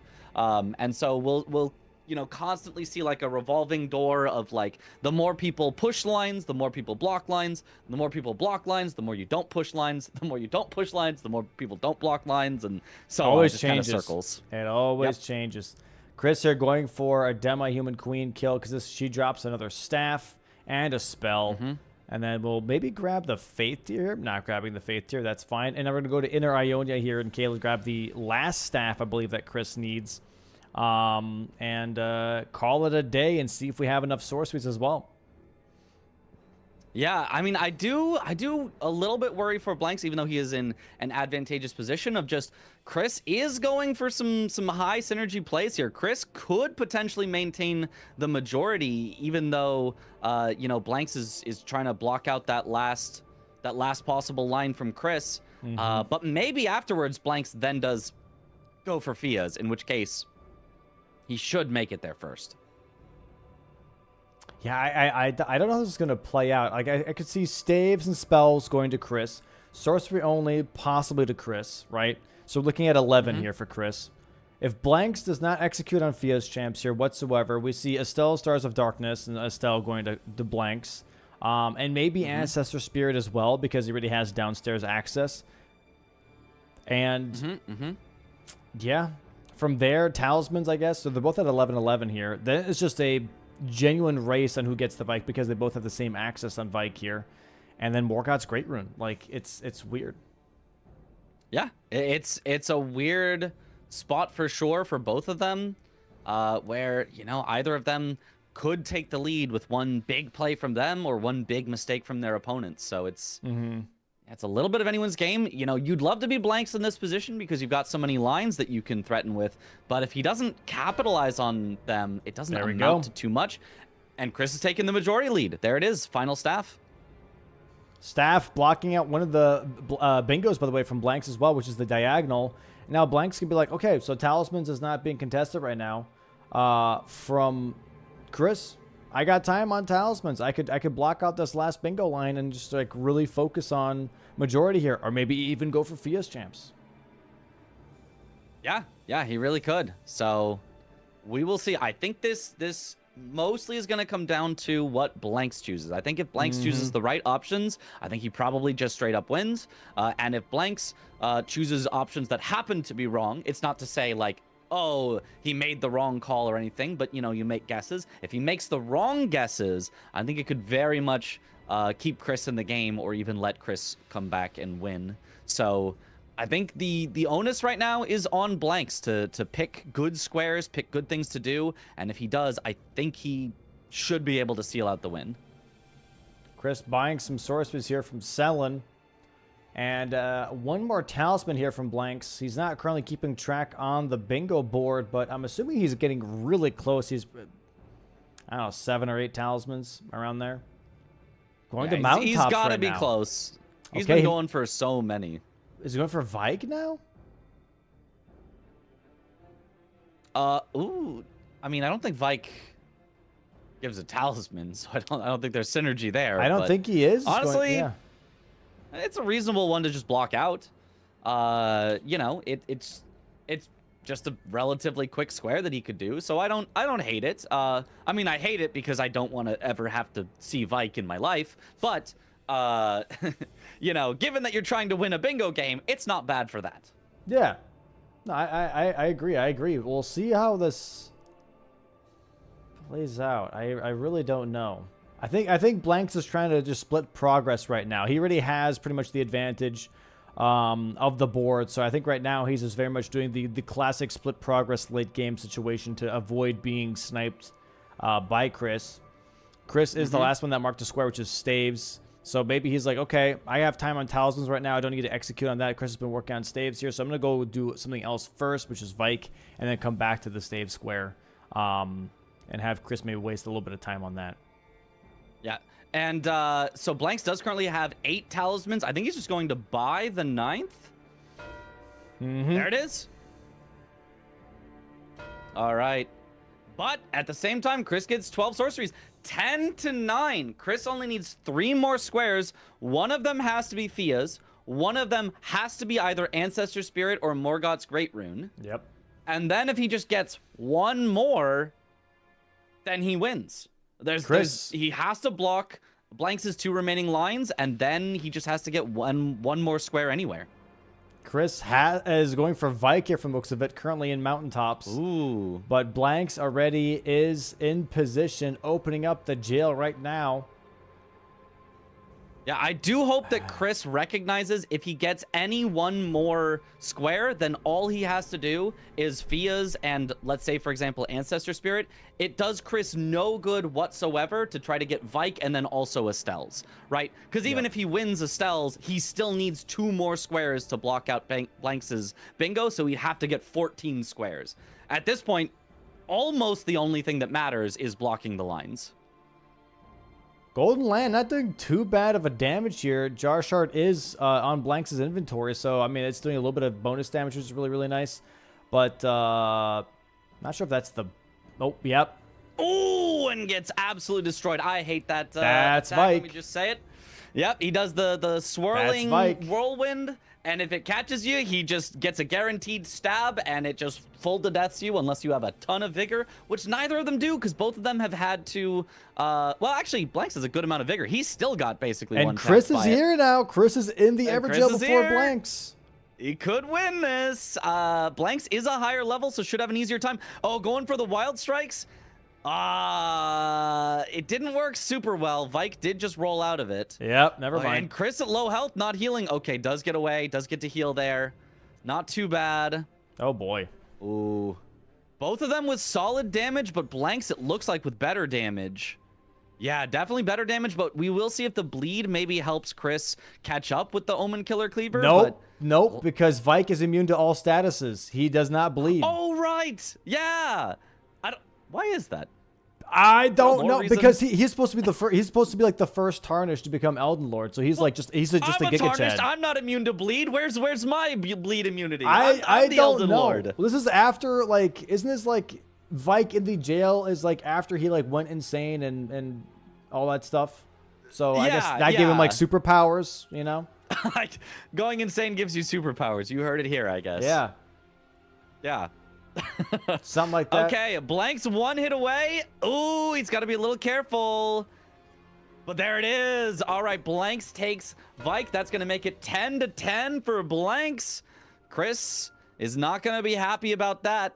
trying to quit out there, but instead changes his resolution. That would be funny if it was permanent. Good thing it did not actually change on our, yeah, on our just starts, screens. like, If just his screen was freaking out. suddenly smaller. Yeah. There we go, though. 10-10, currently tied up game. Blank's now going downstairs. He is going downstairs. If he rushes Fias, I mean, he still just has this whenever, you know, whenever he wants to try to finish it off. Chris has to block Fias, has to get Ancestor Spirit or Morgoth's Great Rune, and then has to get one more. But Blanks also has priority on Estelle, so Blanks right now ahead in majority and ahead in all of the squares, you know, that he needs in order to possibly set up a bingo. So Blanks, like, way ahead at this point, even though it's only 10-10. Yeah, so this is pretty much, honestly, at this point with Chris going to Estelle, it's kind of GG's because Chris still hasn't killed Radon. Yeah. So he just can't get access to Fias. Like, that is the one square that no matter what he has to get. It's the one square Blanks is going for, and it's a square that Chris is not going for right now. So it looks like this early threat that Blanks held on to it for a very long time, trying to force Chris into. Chris never bit, but because he never bit, Blanks gets to just finish it off. And I don't understand that, like, at least prepping the potential block in the future, you know? Obviously, the board is kind of pushing you around a little bit to where, like, you have to make decisions that aren't necessarily what you want, but in the current time just is the best move to do. But, yeah, I don't know. I don't think going for Vike there was necessarily the best idea. Are you giving up a one-off square? 100%. But currently, I don't think you have the luxury to try and race on these one-off squares. You don't have the luxury if you have got two lines staring you right in the face. You got Fia's Champs, Morgoth's Great Rune, and Ancestor Spirit. You have to really lean into those types of blocks instead to stay in the game. Yeah, I mean, I agree. I would have liked to see the two blocks first, then for Chris to, like, you know, sort of get Blanks guessing on what the final square would be and try to win that way. I do think Vike is a fast enough square. Appreciate the raid park. The thought of, let me kill Vike real quickly first, then I'll go Fias, then I'll go Ancestor Spirit, and then I'll win, is not a bad plan. I do think that was a reasonable plan, but, you know, if you get sniped, like, it's all for naught. It really turns it from, like, Chris had a reasonable chance to bring out the victory to Chris has got a slim chance that probably relies on Blanks having an incident on Fias for a while. That's probably the only thing I see as, like, oh, here's how Chris could come back. Blanks dies on Fias for, you know, 10 minutes. Yeah. But even, that's a very rare scenario, I feel like, at this point, with everyone being so well practiced, you know. I don't really see that necessarily happening here. Yeah, we're going to see Mimic Tier here from Blanks, Estelle from Chris. And this doesn't really do much. This doesn't really budge on the board at all. Like, once... Yeah. I mean, yeah, he can just... I mean, he's got a strike weapon, too. He's got Holy Strike, which is great for gargoyles. So, like, he's just going to be bulldozing his way to Fia's Champs. Yeah, we know what the outcome is almost certainly going to be at this point. It's not as though Chris could know. Chris might think, oh, I'll go for Estelle first because I think Blanks is going to still hold off on Fias. I think he's still going to hold off on Ancestor Spirit, and I can snipe him on those later. But yeah, we just happen to know they went different paths, and different paths is always advantageous for the person in the lead. Blanks definitely in the lead. So given that they went a different path, it's looking like curtains at this point. Looking definitely a little tough game one here for Chris. Early game looked really strong here, putting some pressures on Blanks, but Blanks responding very effectively, you know, with that double up Radon into Misbegotten Boss's block. Just really set up that column 3 for himself very nicely. And rushing that level 65 that we talked about was going to be really crucial just from the beginning of the game. Like, that level 65, you might have to try and push that as soon as possible, and that's what Blanks did. Yeah, the center square 65 was a little diabolical. It felt like it could have been a trap. Like, if you try to go for it too early, you waste too much time. But in this case, it was like every line went through the center. Chris had a diagonal threat through the center. Blanks had a row threat and a column threat through the center. Like, it was just... that one square was so pivotal to this game that Blanks choosing to forego getting anything else and just saying, I'm just going to do whatever gives high runes, really, really, really worked out well for him. Yeah, Blank's going for Ancestor Spirit over rushing Fias champs here, which honestly, kind of fair, I guess, in this case, right? He's just like, okay, you know, I don't know exactly if Chris is going for Fias champs right now. Let me still get these one-offs that are on the way. You know, I already have access to Morgoth's Great Rune. Maybe he just gets access to Ancestor Spirit, then continues on to Fias. That wouldn't be necessarily a bad call either. So if he got sniped on Fias, which we know is not going to happen, but if he did, he's like, oh, cool, I've got Ancestor Spirit prepped. I warp back, I walk in, I kill it, I win. So I think either way that he does this, whether he commits to Ancestor Spirit or whether he just uses it as a setup, which it looks like he is. This is just setup. He's moving on. I think this is a very, very good, very smart play. Super fair. Super fair. All right, nice. Yeah, he is heading over to the Gargs, which, as you mentioned, he's got a strike weapon that is some split damage with a magic type of thing. Not magic, but holy. But yeah, gargoyles are much less resistant to strike and much less resistant. Oh, no, he is going back for the moves. Never mind. Well, well, well. He just wanted that grace so that he could get to gargoyles and Fias after. Also makes sense. This is going to signal to Chris that he's at Fias, and Chris is kind of going to know. It's over. I can't really do anything about that. Yeah, it's like, all right, well, cool. Yeah, I don't know. These are just like weird, risky plays that I personally, even for me, I don't like. Sometimes chatters are like, I don't understand these players. I'm right there with you. Sometimes I don't understand exactly what's going on as to like why allow it to get as far as it does. I have personally, in the numerous amount of matches I've commentated, never seen a play work out like this. I've never seen not blocking ever work out. You know, I've been in a game where not blocking worked out. Actually, Monkey Business versus Frog Car Spin in season 5. There was a threat on the board for like 30 or 40 minutes that we just went, nah. And then at the end of the game, we sniped it away and took the victory. So I'm just saying. But you still got it. That's the thing. You still got it, though. That's what I'm getting at. You do have to get it eventually. Yes, yeah, yes. At some point, you gotta grab it. Like, you can't just have it there forever. Yeah, you know? yeah. I mean, that's sort of a given. That's literally the rules of bingo. You have to block the line to win. But saving it for later can make sense. In this case, Chris is just saving it a little bit too long. Yeah. What? Wait, what did Chris just quit out? Because he has an Onyx Lord in the arena with Estelle. Oh, yeah, the classic enemy runs in with you while you open the door situation. Yeah, I wonder if it would have been faster to just kill the Onyx Lord in the middle of the arena. Maybe that was too scary. Nice kill here from Blanks. Nice. And Chris sees it. He makes a little face like, yeah, he is over there. So I think they both know at this point it should be over. Especially as soon as Chris marks the Estelles, Blanks will be like, oh, he wasn't even heading here. Sweet. Yep. I get this.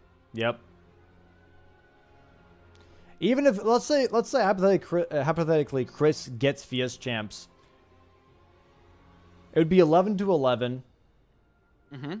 I don't think actually they both have 2 great runes, because Blanks only has Radon, Chris only has Godric currently.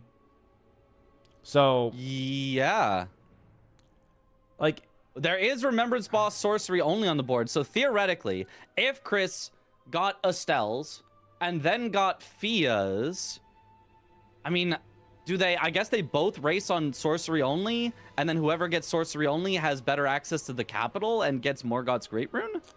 I mean, it's very wishful thinking for Chris to say, oh yeah, just magically give Chris Fia's champs. But if he did, I suppose it kind of would just be a race at that point. Yeah. It would have been like up until this point, everything made sense. I don't understand the Estelle play. Obviously, you're trying to get squares here and there, but if you get sniped on Vike, you know. Yeah, I mean, I think it makes sense as a almost like a fake out your opponent play of like, oh, Blanks thinks for sure I'm going to be going for the blocks. So I'm going to go for one square other than the blocks first to make sure that as soon as I block, I also get majority and win. It is absolutely a tricky play, but Blanks did not get tricked this time. So I agree with you. I don't think it's a play I would have made, but I don't think that it is devoid of any reason to do it. I just think it is not one that's going to work out against Blanks. Blanks does hold priority and has held it for pretty much the entire game, but is not going to hold it at the very, very end as well. Definitely tough. Ooh, Blank's really, really low and with no heals left. He's down to the one gargoyle. He's going to die, actually. He's got to clutch up. No, he's poisoned. He's going to die. He's poisoned, yeah. Wait, he just dies. Wait, unless he gets the riposte. Take the riposte. No! Oh, that was so close. That was so close. If he took the like riposte, one that was definitely frame. a kill. Oh, my goodness. Literally Tragic. 1 frame. Damn, that was actually insanely close, dude. Yeah. I mean, this is what Chris needs to, like, catch up on Fia's progress. He's just heading to Radon. Maybe if he does Radon sorcery only and then snipes away Fia's, I mean, I guess that'd be a victory, but, like, I mean, it would take a few more incidents like that from Blanks, and Blanks is a very seasoned player that I don't expect that to happen. Well, I mean, hey, here's the other thing, though, is, like, if it's like Chris doesn't even have to do sorcery only, though. Like, if Chris just gets Fia's champs, he already has 12. He just has to go for Morgoth's Great Rune. Exactly, So, yeah. So it really just comes down to, like, you know, Chris has to win Fia's champs, and it's like, how is he gonna do that? He's not, but if he did, it would be going through Radon, and I guess he could synergize that with sorcery only. I don't know what happened, but this fight's way better for Blanks. Yeah, I mean, his I don't know what is changed, shredding. but he pretty much no-hit this fight, but the other fight, he ran out of flasks. I'm not sure what happened there. Euphoria and Helfen Steeple. Ooh, Very nice he's actually weapons. swapping to Helfens. Yeah, it's great. It's fantastic. Yeah. What he's got left is an NPC boss. So I do love the Greatsword moveset against NPCs. Is very, very nice. No shot. He's actually setting up for sorcery only. I kind of predicted this. Also, his stream is Chris's stream is froze. buffering. Yeah. Oh, His Lord. stream might be down. Maybe we have a ref in there. Watch him for the end of the match. Oh, he's back. He's back. There, Oh, he's back. no, Okay, never mind. Never mind. okay. Yep, kind of. Very shit quality, but we're back. We're back. We're back. We're back. Okay, I refreshed and now I can see him a little better. He's running through the courtyard. Okay. Oh, wait. Blanks is pivoting out to That's what I was sorcery only? saying. That's what I was saying. What are we doing here, Blanks? He wants the double win. He wants to win twice. He wants the majority and a line. This is disrespectful, Blanks. Come on. It is kind of You insane. saw him do Estelles. You know there's no way he can contest you. Come on. He's trolling. I mean, okay. I'm imagining a scenario where Blank says, oh, he's definitely chasing on Fia's champs. I'll go get the other two on win and majority. But, like, you're so far ahead on Fia's. Just send it. I don't even know. Like, here's the thing. Here's what I'm thinking, right? Is even if he goes sorcery only, I don't think Chris has enough time to catch up. Yeah, he probably does not. I mean, Chris could snipe away. Chris is doing sorcery only. He's doing sorcery only Radon. Only. This is so silly. He's got Shard Spiral Radon locked in right now. Yeah. But that's gonna tell Blanks, okay, he killed Radon right now. Yeah, it'll tell him, oh, I can go back to Fia's again. But he's gotten like 1,000 confirmations that, oh, Chris is not set up for Fia's because he did Estelles. Oh, Chris is not set up for Fia's because he went for Godskin Noble without status effects. He's gotten 1,000 confirmations of this, but is not pulling the trigger. Damage isn't horrible here, but not getting the value that I was expecting either. Like, Shard Spiral would have been like insane versus Estelle. I'm not sure why we didn't do Shard Spiral versus Estelle over Radon. Oh, yeah, because he is a Remembrance boss. It does not have to be Great Rune boss. Right. Honestly, it's doing solid damage, though. I think this is okay. fine. Yeah, we're kind of cooking now. The He's got him to half. quicker He's got him to casting half. is better. The charge casting is not it. Yeah. does have to use some mana flasks here. He's gonna have to do the phase fight 2. almost hitless because he has so little healing flasks here. Okay. Phase 2 here already. But yeah, this is gonna just tell Blanks, like, okay, I feel as champs now. Cool, thanks. I guess Blanks is really worried that if he gets snipes on Fia's champs, he still has to get a Great Rune. So he's like, okay, let me just do sorcery only with Great Rune, just so I can access capital just on the off chance I get sniped. Yeah, I guess that is the thing. Is like a lot of times you're like, what's the worst case scenario, and you almost like put it into your head of this is what's going to happen. And worst case scenario is a snipe. There is the kill from Chris. I was way really behind. Jesus Christ. I'm so behind. Yeah, let me refresh. Yeah, okay, there it is. He's dead. Yep, and we're going back downstairs. Nope, Blanks is still... Blanks is pushing Morgoths?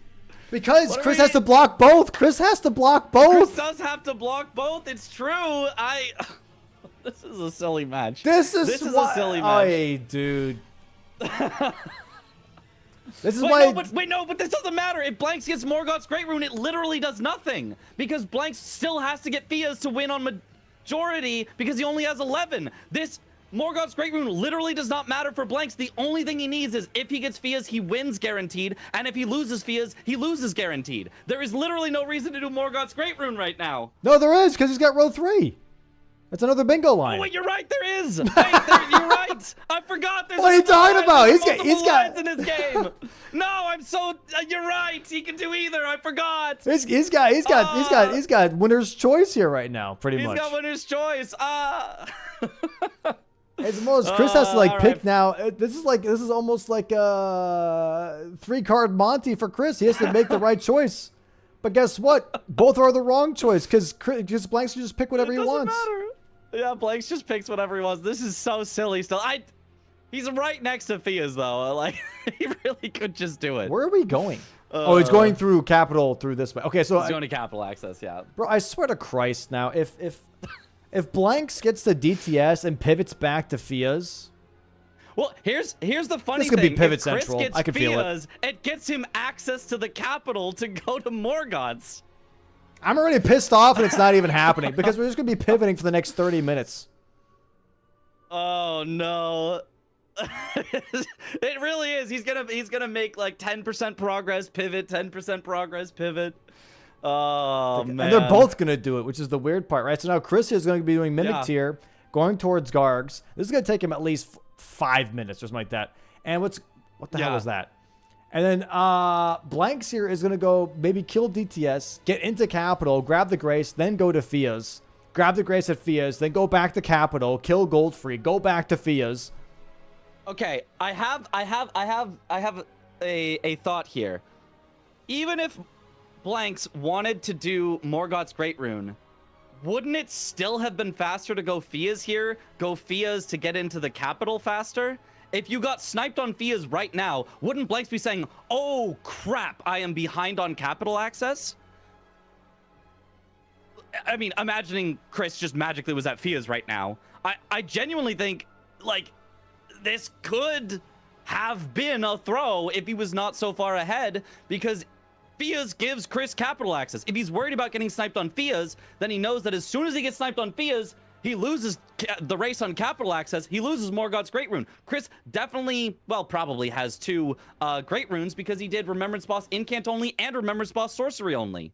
So then technically this is the better play for Blanks, right? No, because even if he went through Fia's champs, even if he got sniped on Fia's champs, he'd be closer behind Chris, whereas now he's taking the longer way to the capital, so he would theoretically be further behind Chris by going this slower route into the capital. Sure. So, but I guess the way I see it is, like, if you're chasing Fia's champs and you get sniped, it's worse than going this way and not doing Fia's champs, if that makes sense. But both give you the exact same capital access. I'm just thinking, let's say it was only a Morgoth's Great Rune race, I still think Fia's would have been the correct call. Even if you just assume Chris snipes you on Fia's, I still think Fia's was the faster way into the capital, is all I'm saying. Like, if Blanks' only goal was Morgoth's, I still think Fia's was the better call. Now, in this case, he's so far ahead, I think he gets Morgoth's Great Rune anyway before Chris gets... Even before Chris gets Fia's, probably. But I don't think this was the correct call. I don't know. This is a weird end game. Yeah, this is very weird.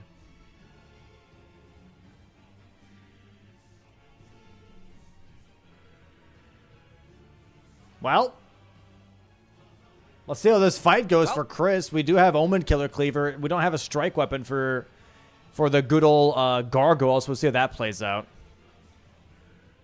I'm not sure how you feel about that. Standard is all right. It's all right. You would obviously love to have a strike weapon. There were multiple strike weapons in the round table hold. But wait, is he doing Charge Spiral? Wait. Okay, I was about to say. There's no way he's doing sorcery only. I mean, they are weak to magic. Yeah, they are weak to magic. Blanks did use the Watchdog staff and pretty much not exclusively, but a lot of it he did the casting of the weapon art, which did very, very solid damage. So I think Chris also had access to that. I think that was the one in round table hold, but given that he is not going for that, I think, Omen Killer Cleaver is solid for this.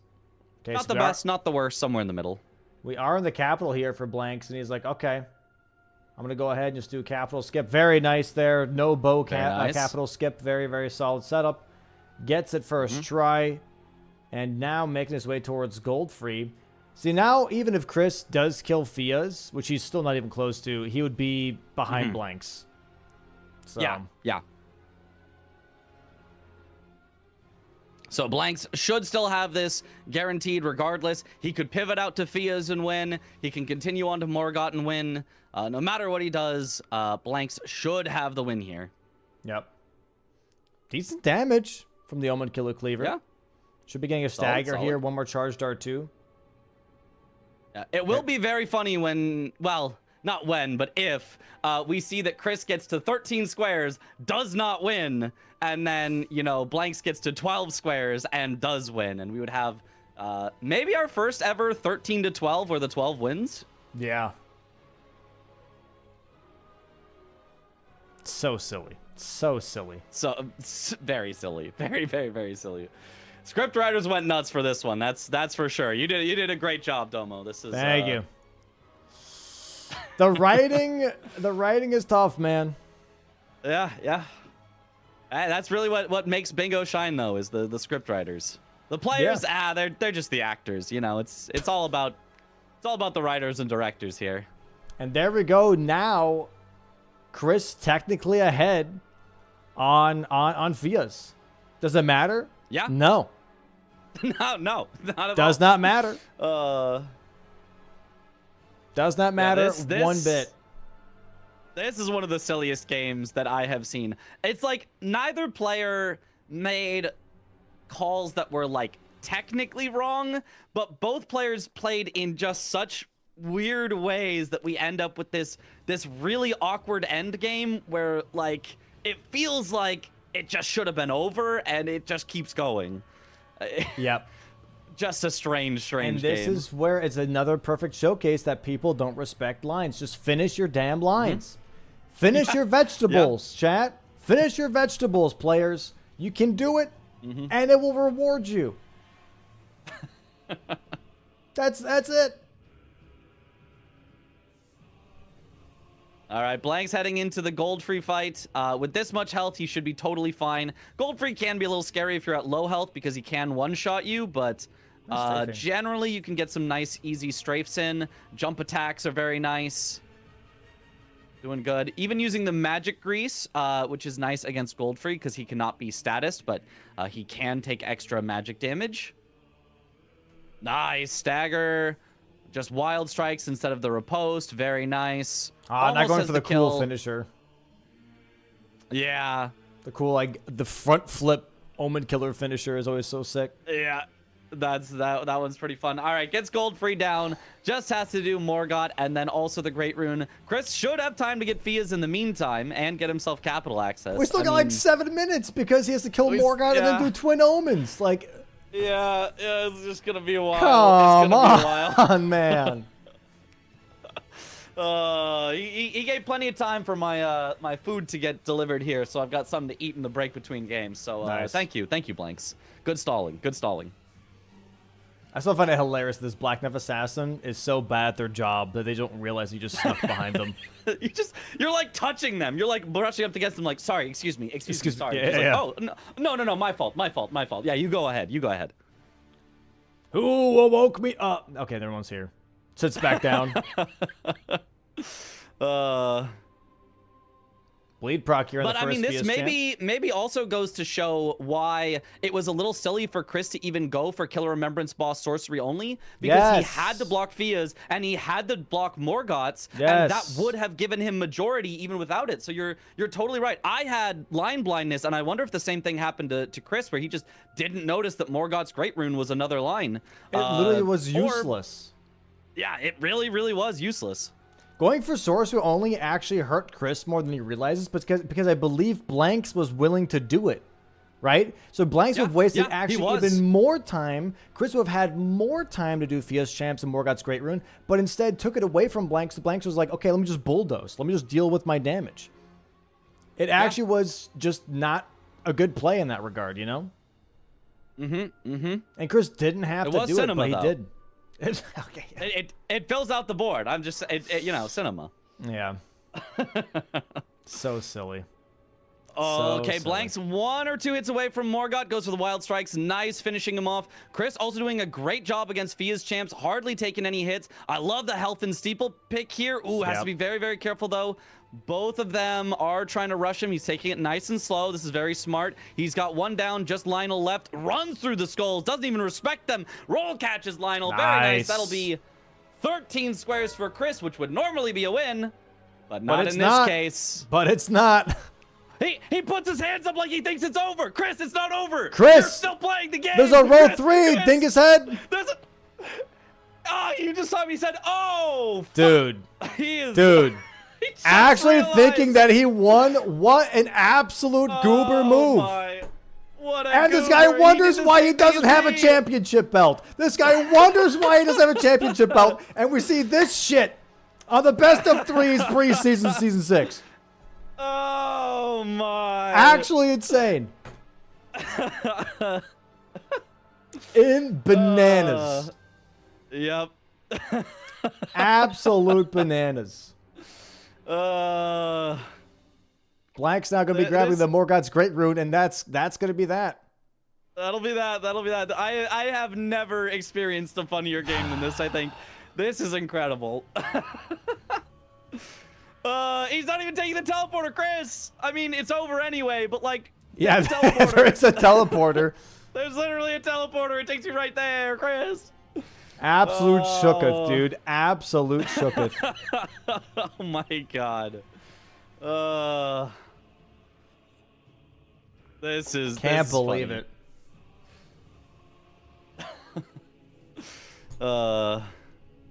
Absolute walk of shame to Capital right now.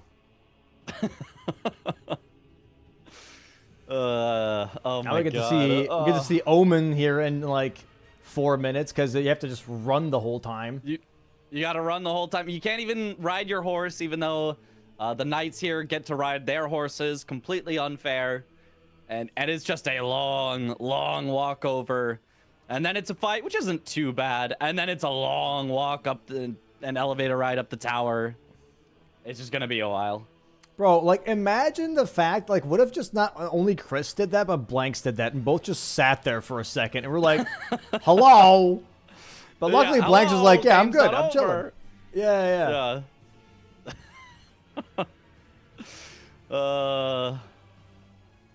This is weird, because every single time I've practiced with Chris, he always says he doesn't see specific lines. I don't know what goes on in his head, but, like, he's like, oh, I didn't even see that I had diagonal. I didn't even see that I had column 4. I don't know how hyper-focused he gets on squares, but he misses lines. He just misses them. I mean, it happens. It happened to me. I guilty as charged here, so I can't blame him too much. But it's tough. It's tough to keep track. I mean, there are, 5 rows, 5 columns, and 2 diagonals, there are 12 possible lines that you got to be looking at all times. And if you just miss one of them, it's easy to overlook it. I've also overlooked individual squares before. You know, you're scanning through, you don't even notice. Oh wait, there was this synergy here. There was this really fast square here that I just didn't see as I was looking over. So it absolutely happens, and in this case, it is gonna, well, maybe not cost Chris the game, because I think Blanks was in a great spot anyway. But certainly cost him the last shred of hope that he had, and really make it from a Blanks probably wins into a, oh yeah, Blanks wins here. Well, we do have a best of 3, so we do have a game 2. And let me tell you something. Going into game 2, I bet you Chris is going to be absolutely locked in on the board. Going to actually absolute study it. Just be like, I'm not missing another line. This has to be like right there. So yeah, he hopefully doesn't get in his head and overanalyze the board. I don't feel like Chris is the type to get into his own head that much, but yeah.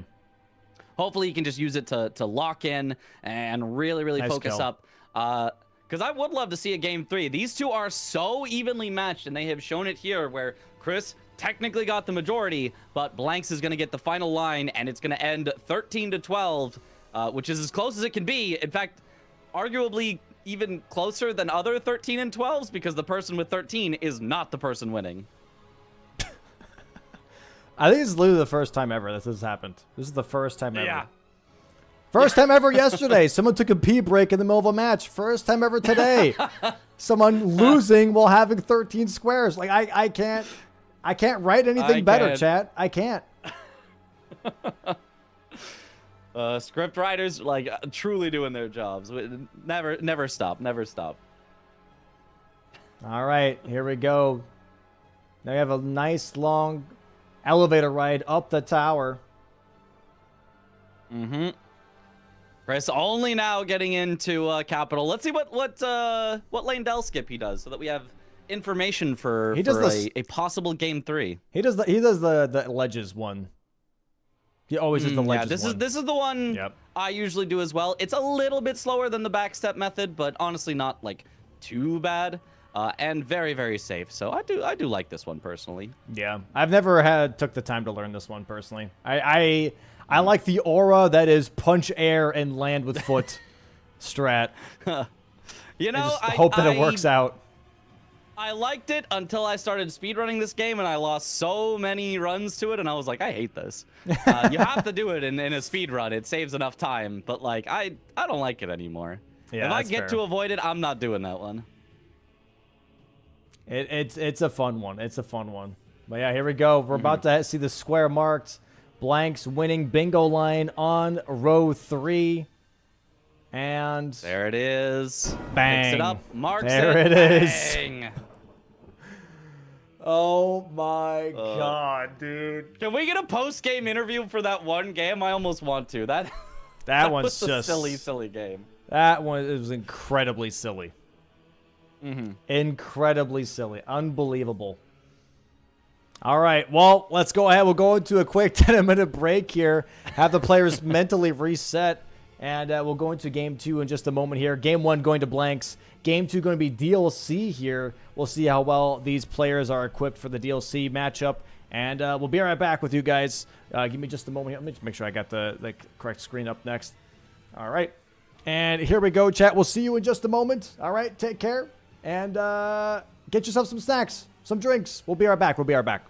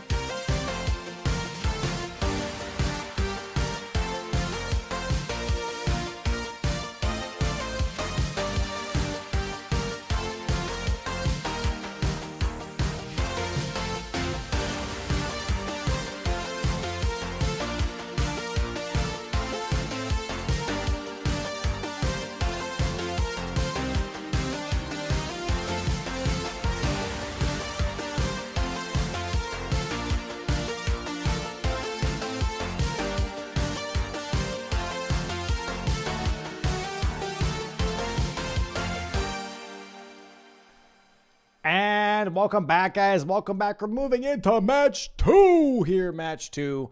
And my God, what a match one that was.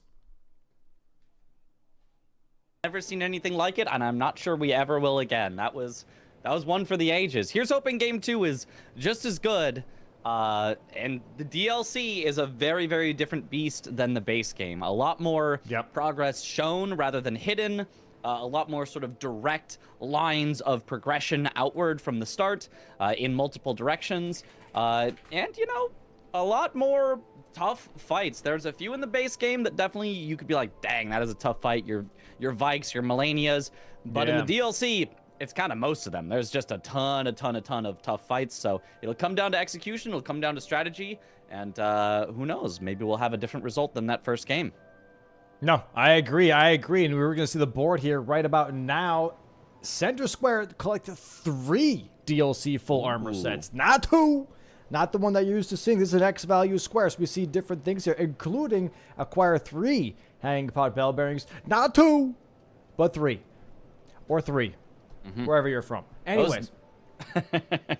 Those variable squares definitely change things up. It's interesting that there's also more armor set, not only also on the board, but also on the diagonal with 3 DLC full armor sets. More armor set, that's a full armor set. So if somebody wanted to go for both of those as an early rush, could set up very, very early pressure on that diagonal. So I would not be surprised to see somebody go directly for those as first 2 squares. There is also Drink Tialier's Concoction. So given that that's on the board, players will probably want to talk to Tialier before trying to get Moore's armor set. Because if you kill him before getting the black syrup, then you're locked out of that square. Yeah, I marked some squares here on the board right now. Moore's armor set being a rush square. Acquire Verdigris Discus as a rush square. Cotilier's Concoction, and also Perfumed Oil of Rana. Those are the ones I think are going to be the fastest here. Armor sets, I don't think is going to be that slow, even though it's 3 instead of 2. I don't think it's that bad. You can kill Egon. I think that's a full armor set. You can also go for the Highlander armor set that we have right next to Red Bear. You have the Oathseeker armor set that's pretty close to where you start in the DLC itself. You just have to go all the way around, right?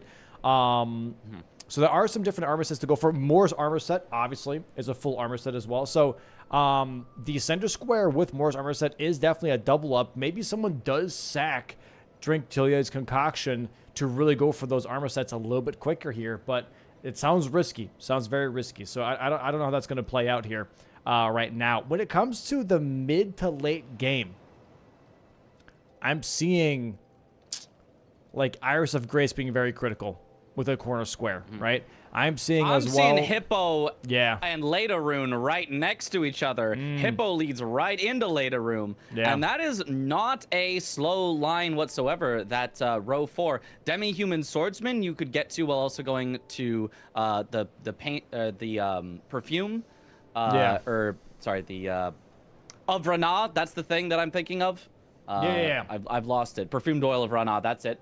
So you could do those as a synergy there as well. Lamenter generally in that area, although you have to go through ADM to get there. And then Furnace Golem, you can do that at literally any time. So a very, very possibly rushy square, but it does take you in 2 different directions. One towards Shadowkeep and one towards the south. So getting both of those, who knows if you could get both of them.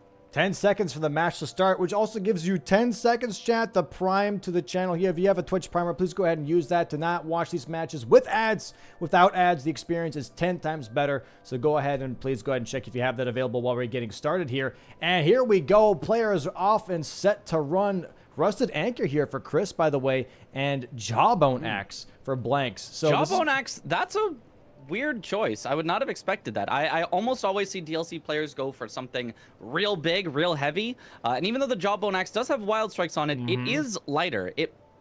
I don't think it's for like upgrade cost, because you can always upgrade your light seal instead. So I'm a little interested why he went for that. Rusted Anchor, great. They also had access to Long Haft Axe, which is almost exactly as good, although it's pierce damage on the Rusted Anchor versus standard damage on the Long Haft Axe, so it's pick your poison on damage type. But yeah, the Jawbone Axe, not something I was expecting. I don't know. I think the Wild Strikes is definitely like one of the best Ash of Wars, honestly, in Elden Ring. So I think just people seeing that immediately like, oh, I have to have that. Whereas, yeah, Rusted Anchor being definitely a heavier weapon, having pierce damage, which is really, really good just in general, especially if you're going to do Rolana. We do have killed 3 bosses with Knight in their name in column 4, row 1 here, right? So, I mean, that could be a nice preemptive thing here from Chris, being like, hey, I would like to have that bonus damage versus this specific boss just to make it a little bit faster.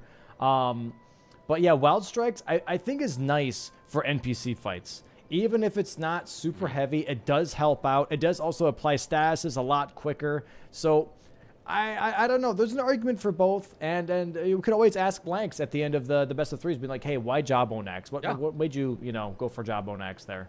But yeah, it looks like both players kind of in the same position right now, same driver's seat, looking to get some Skidoo fragments here maybe, and make their way towards TLEA.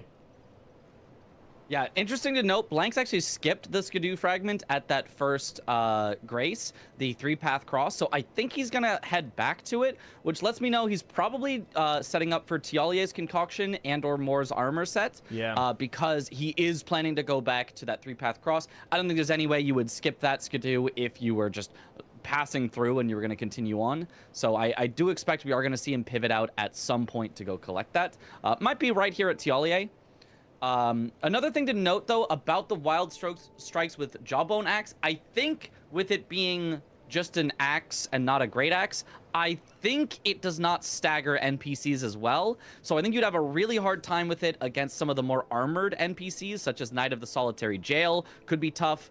I think Rakshasa even, I think, has enough hyper armor that you'd have a tough time with it. So I'm not sure, even if you were going for NPCs, that I would necessarily love Jawbone Axe, but maybe Blanks will prove me wrong. Maybe it'll be way better than I expect. Wow, and Chris, you're going for a little bit faster TLEA skip, by the way. Kind of matching Blanks right now in speed here, both having talked to TLEA now just to make sure they can get that concoction. But yeah, this is looking really, really interesting to see. Why aren't they both rushing it? They're both prepping it, but not rushing it. They both really want to focus on the map presence first more than anything else. And we'll see then how that deviates, because at some point, someone's going to pull the trigger on that concoction. Or I do think they're both just looking at armor sets right now. I do think they both are like, armor sets just is king, which I agree. Chris here, missing the rocks, however, is going to cost them 4 seconds. And you think, like, 4 seconds, that's not that crazy.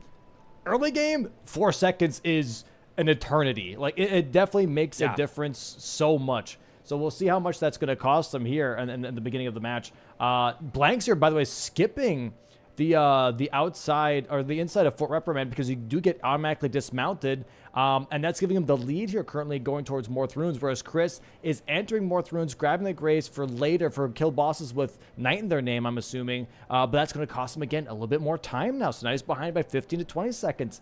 So this is going to be really interesting, because this is going to give Blanks, I don't know, so much extra time to get for the armor sets. So for the armor sets, so much time. It's insane. Whatever he's going for first, Blanks almost certainly has at this point, just from skipping that Fort of Reprimand. And I expect it is going to be more armor. Like, I don't see why you wouldn't go for that with the way that Blanks is currently set up. I expect that's exactly what he's going for, and he should have it. I think he even skipped the Skidoo at Tialie along the way. He's skipping the Skidoo at Morth along the way. He's going to have to teleport back to so many places. He's skipping the Skidoo that's on the way towards where Moore's armor set would be. He's even grabbing the Bear armor set first? Yeah, now, this grabbing is kind Highland of a weird armor set ordering. first, I guess. Yeah. I'm a little surprised with this, because he has to port back to Moore at some point. So I feel like maybe it would have been better to finish out Moore armor set first before going to this one. He's not even going is he for even it. Going to this one? Where's he going? Where? He's rushing Hippo? It could be. In which case, why would he skip all the Skidoo if he's rushing Hippo? What? Genuinely, where is he going? Huh? Chris also going towards Hippo? What is happening? Okay, I guess we're wrong. I guess it's a Hippo race, which is also a great play. Hippo and Later Rune right next to each other on the board, so a good play, but like, Blank skipping all the Skidoo along the way feels rough to me, whereas Chris has picked up all that Skidoo. So even though Chris is, way behind heading into this potential fight here. He actually could have a faster fight enough that it makes the difference, and he might actually end up winning this square, and Blanks could be behind on both setup and squares, potentially at least. I guess maybe they're still rushing concoction here, but they're trying to do a little bit of a double up where they want more to be sad on top of giving the black syrup. And yeah, it's immediately what Blanks is doing here. Oh, you're right, you're right. They do have to make him sad.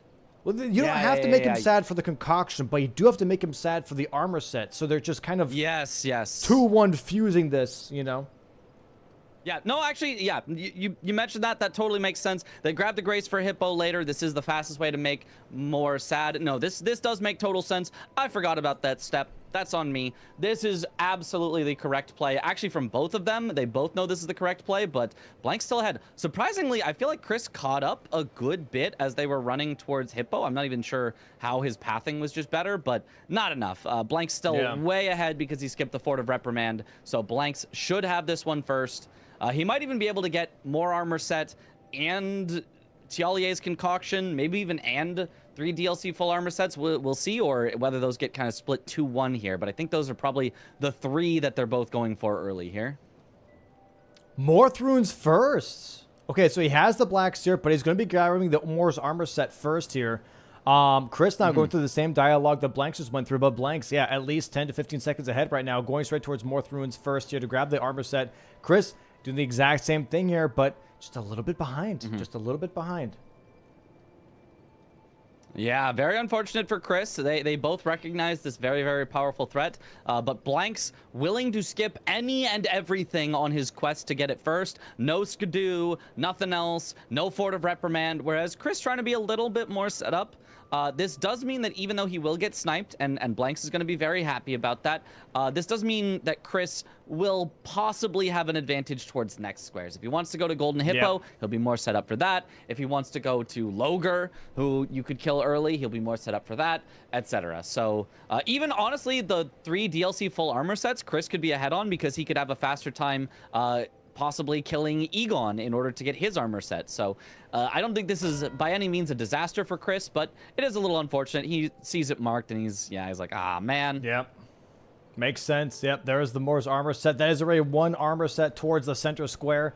And now I'm expecting Blanks not to go for Concoction, but to go straight towards Red Bear here for the Highlands armor set. He's like, okay, if I got that square first, means I can get the other ones probably. I can get the other armor sets as well. And yeah, Chris immediately being like, okay, I lost Mor's armor set. That means I can go for Concoction here. Yeah, so it'll be a 2-1 out of the gate here is what it looks like. With Blanks having 2 that are in a diagonal. Those are scary. But Chris is going to drink the concoction before Blanks is going to have any chance to get the 3rd armor set. So Chris not too far behind. There's the concoction, drinks it, and there we go. Taking a nice little nap next to the Grace. And there is the armor set. Yeah, there's the concoction now. So Blanks knows that he sniped probably Chris on Mor's armor set. Just by that, but just by seeing that, He's like, okay, I probably got him there, but he grabbed concoction instead to make up for. There's 2 armor sets already here for Blanks. He's going to be going for the Oathseeker armor set now as his last armor set, which I think is fine. I'm surprised he's not going for Egon. Would Egon not be faster on this board? And I don't think there's any reason that you need to keep Egon alive here. Unless Egon is not a full armor set, but I think we've counted as full armor sets in the past. I think it's a full armor set. Yeah, I think it's a full armor set, but maybe he just doesn't have the Grace nearby. Maybe this is just a little bit faster. I'm really not sure. Yeah, Chris also heading in the same direction. And why does Chris have 0 runes? What happened to his runes? Yeah, I guess he just didn't pick them up. Did he die somewhere? Yeah, from the concoction. Where did he die? Oh, the concoction. I forgot you have to pick up your runes after that. Yeah. Yep. That makes sense.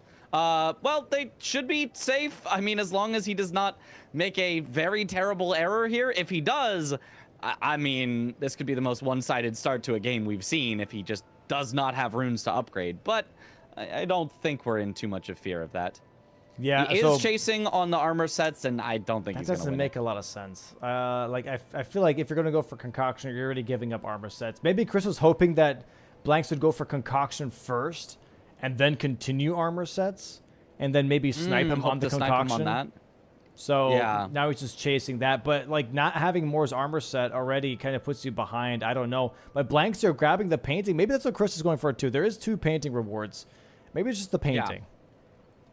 Yeah, it is a decent synergy here.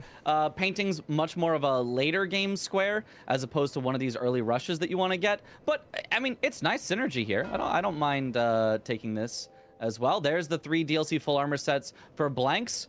Chris mouthing, "Wow, I didn't expect him to get it that quickly," but he does. So we'll go ahead and I'll refresh them too here real quick. So they're both going round table right now, possibly going for upgrades now. We're past the collect rush squares on the board. Now it's just going to be kill, kill, kill for the most part. Killing Golden Hippo, killing Letta in the invasion for the Letta rune, I believe are the next 2 things pretty much on the board. We do have, he did remember his money, by the way, after he was in round table. We do have also the hanging pot bell bearings, and I think that's kind of what Chris maybe is looking for at some point as well, is the hanging pot bell bearings. Now I see a very interesting weapon in Blanks' inventory, the Star Fist. Also, I didn't know you could drop multiple weapons all at once like that. That's actually kind of neat. Yeah, I'll very have to think about that for the auto upgrading. But yeah, Star Fist, excellent weapon, S+ tier weapon. It is pretty much the best weapon in all ways except for one. Range sucks. It is very, very short range, but outside of that, it just does ridiculous damage, ridiculous poise. You can grease it, you can infuse it. It's got passive bleed on it. Like, the strictly only downside to Starfist is that it just doesn't have a lot of range. Now in the DLC, I feel like that's not too big of an issue compared to a lot of the base game bosses. A lot of the base game bosses, you could just like whiff on. They have just hitboxes that are just kind of like concave. Thinking of Dragonkin soldiers, Erdtree avatars, even Star Scourge Radon, it can be easy to miss on. Whereas DLC bosses, I feel like usually are a little easier to stick close to them and get those hits. So maybe the best DLC weapon in the entire game. It is so good. Yeah, we're seeing Chris here rushing through Elak River, so this is definitely a head start on Chris. He's trying to get rid of that diagonal, acquire the perfumed oil of Rana, is definitely going to make that happen. We also have the demi-human swordsman down below in the Elak area / blue flower area, if you will, and also kill a base game boss in the DLC, and demi-human Mariga counts towards that. So we have a little 3-for-1 deal going on here, which I just showed on the board for all the viewers at home as well. Here we have Will of Rana to block the diagonal, and then these 2 bad boys back to back. Chris currently is not upgraded, however, and I don't think he's going to get all 3, but it'll be at least one of them. Because Blanks is chasing. Blanks is right behind, but Blanks is already upgraded. So Chris definitely loses 1, if not both, of Demi-Human Swordsman and base game boss in the DLC. He should get Perfumed Oil of Rana first. I assume he's heading immediately down here without upgrading because he plans to grab the perfume to kind of mark his progress, back, then go upgrade. And I mean, I guess there's like a potential chance that Blanks chases on perfume, loses perfume, and then goes, well, Chris is going to snipe me. I'll go somewhere else. Yeah. I don't think that's likely, but, you know, there's a chance. If he thinks that Chris has already upgraded his weapon, he might assume he's behind, even though we know he's ahead on those with an upgraded weapon. He could definitely take both Demi-Human Swordsman and base game boss in the DLC, or at the very least one of them. I feel like, honestly, even though Starfists are so great, I feel like versus Demi-Human Swordsman and even like Demi-Human Queen Mariga, Rusted Anchor here has a little bit of an edge just because of that range, just because of that like extra heaviness, right? That makes them makes the Demi-Human Swordsman micro stagger, right? Whereas Starfist, even Trap R2s, I don't know if they make him micro stagger until he does a full charged R2, and those are harder to land. So it's gonna be a little tough here to see how that plays out. Yeah, I'm not sure if they do. I honestly would suspect that they do cause a little micro stagger. I think even relatively small weapons can micro stagger ons, but I think he has different micro staggers. I think he's got like a short one, and I think he's got a longer one, and I think, yeah, the Starfist would probably only do the shorter micro staggers. Unless... which is probably not enough to full combo, but it wouldn't be horrible. But these are 2 counter examples to what I said of most DLC bosses. The range doesn't matter that much. It matters on Demi-Human Swordsman, and it matters on Mariga. These are 2 that it definitely matters on. I will say, again, I feel like people forget about this. Demi-humans do not like fire. This is a built-in weird statistic that if they get hit by fire, they freak out. They do this. They want to like stop, drop, and roll. So if you have fire in your Star Fist, even if you if you just do like a normal R1, Demi-Human Swordsman reacts to that and still is technically a micro stagger. So you could try and do that instead, but obviously we don't have the time for that right now. But Flame Grease wouldn't be too bad. Oh yeah, Flame Grease would be a great way to do it. Much cheaper than the full-on Flame Whetstone, and you wouldn't need an extra Ash of War to apply to the Starfist. That is maybe one downside of Starfist in the DLC, is there's just fewer Ashes of War that apply to it. Yep. There's the Perfumed Oil of Rana, but Blanks now knows, wait, Chris is here, but Chris is not close enough to stop me from getting Demi-Human Swordsman. So this actually worked out very, very well for Blanks, where he gets kind of perfect information to know he's not going to get sniped here, and that he is sniping Chris. So very, very well it's going to work out for Blanks here. We'll see how this fight goes for him. He is currently getting some charged R2s and some jumping R2s. Nice stagger as well with these Starfists. Does Chris check the weapons? Does he see the Starfist? Blanks has to be careful. These attacks can be deadly. Chris did not grab the Starfists. What? Star-O Chris did not grab the Star-O Fist? This is... I can't believe it. Did he not look? He must not have looked careful enough. He certainly should have. He no. Dragon's He didn't get the Starfist from the shop. So Blanks got it from the Oathseeker set because of the Pada weapons. That's a fist weapon. Oh, is that where he got it? Oh, you're right. Yeah. Oh. Wow. What a pickup. Uh-oh. That's yeah, a crazy pickup. Was right next to it, but did not continue on to grab it because he got sniped on the DLC full armor sets. He didn't go grab it, and now, I mean, could be a runaway for Blanks if his weapon is just better throughout the whole game. Blanks already killed the Demi-Human Swordsman way before Chris even got to upgrade, so now Chris knows, oh no, now I have to give up the base game boss in the DLC too. Yeah, that is rough. He does block the diagonal, which feels at least semi-decent here, but he's already like, okay, I have to be more preemptive on some of these other squares. Downstairs definitely has quite a few things available here. Ceiling Tree, currently not a pressure point, which is nice. Honestly, I'm looking at column 1 here. I don't think column 1 is actually even that bad. For Chris, you can go for Furnace Golem.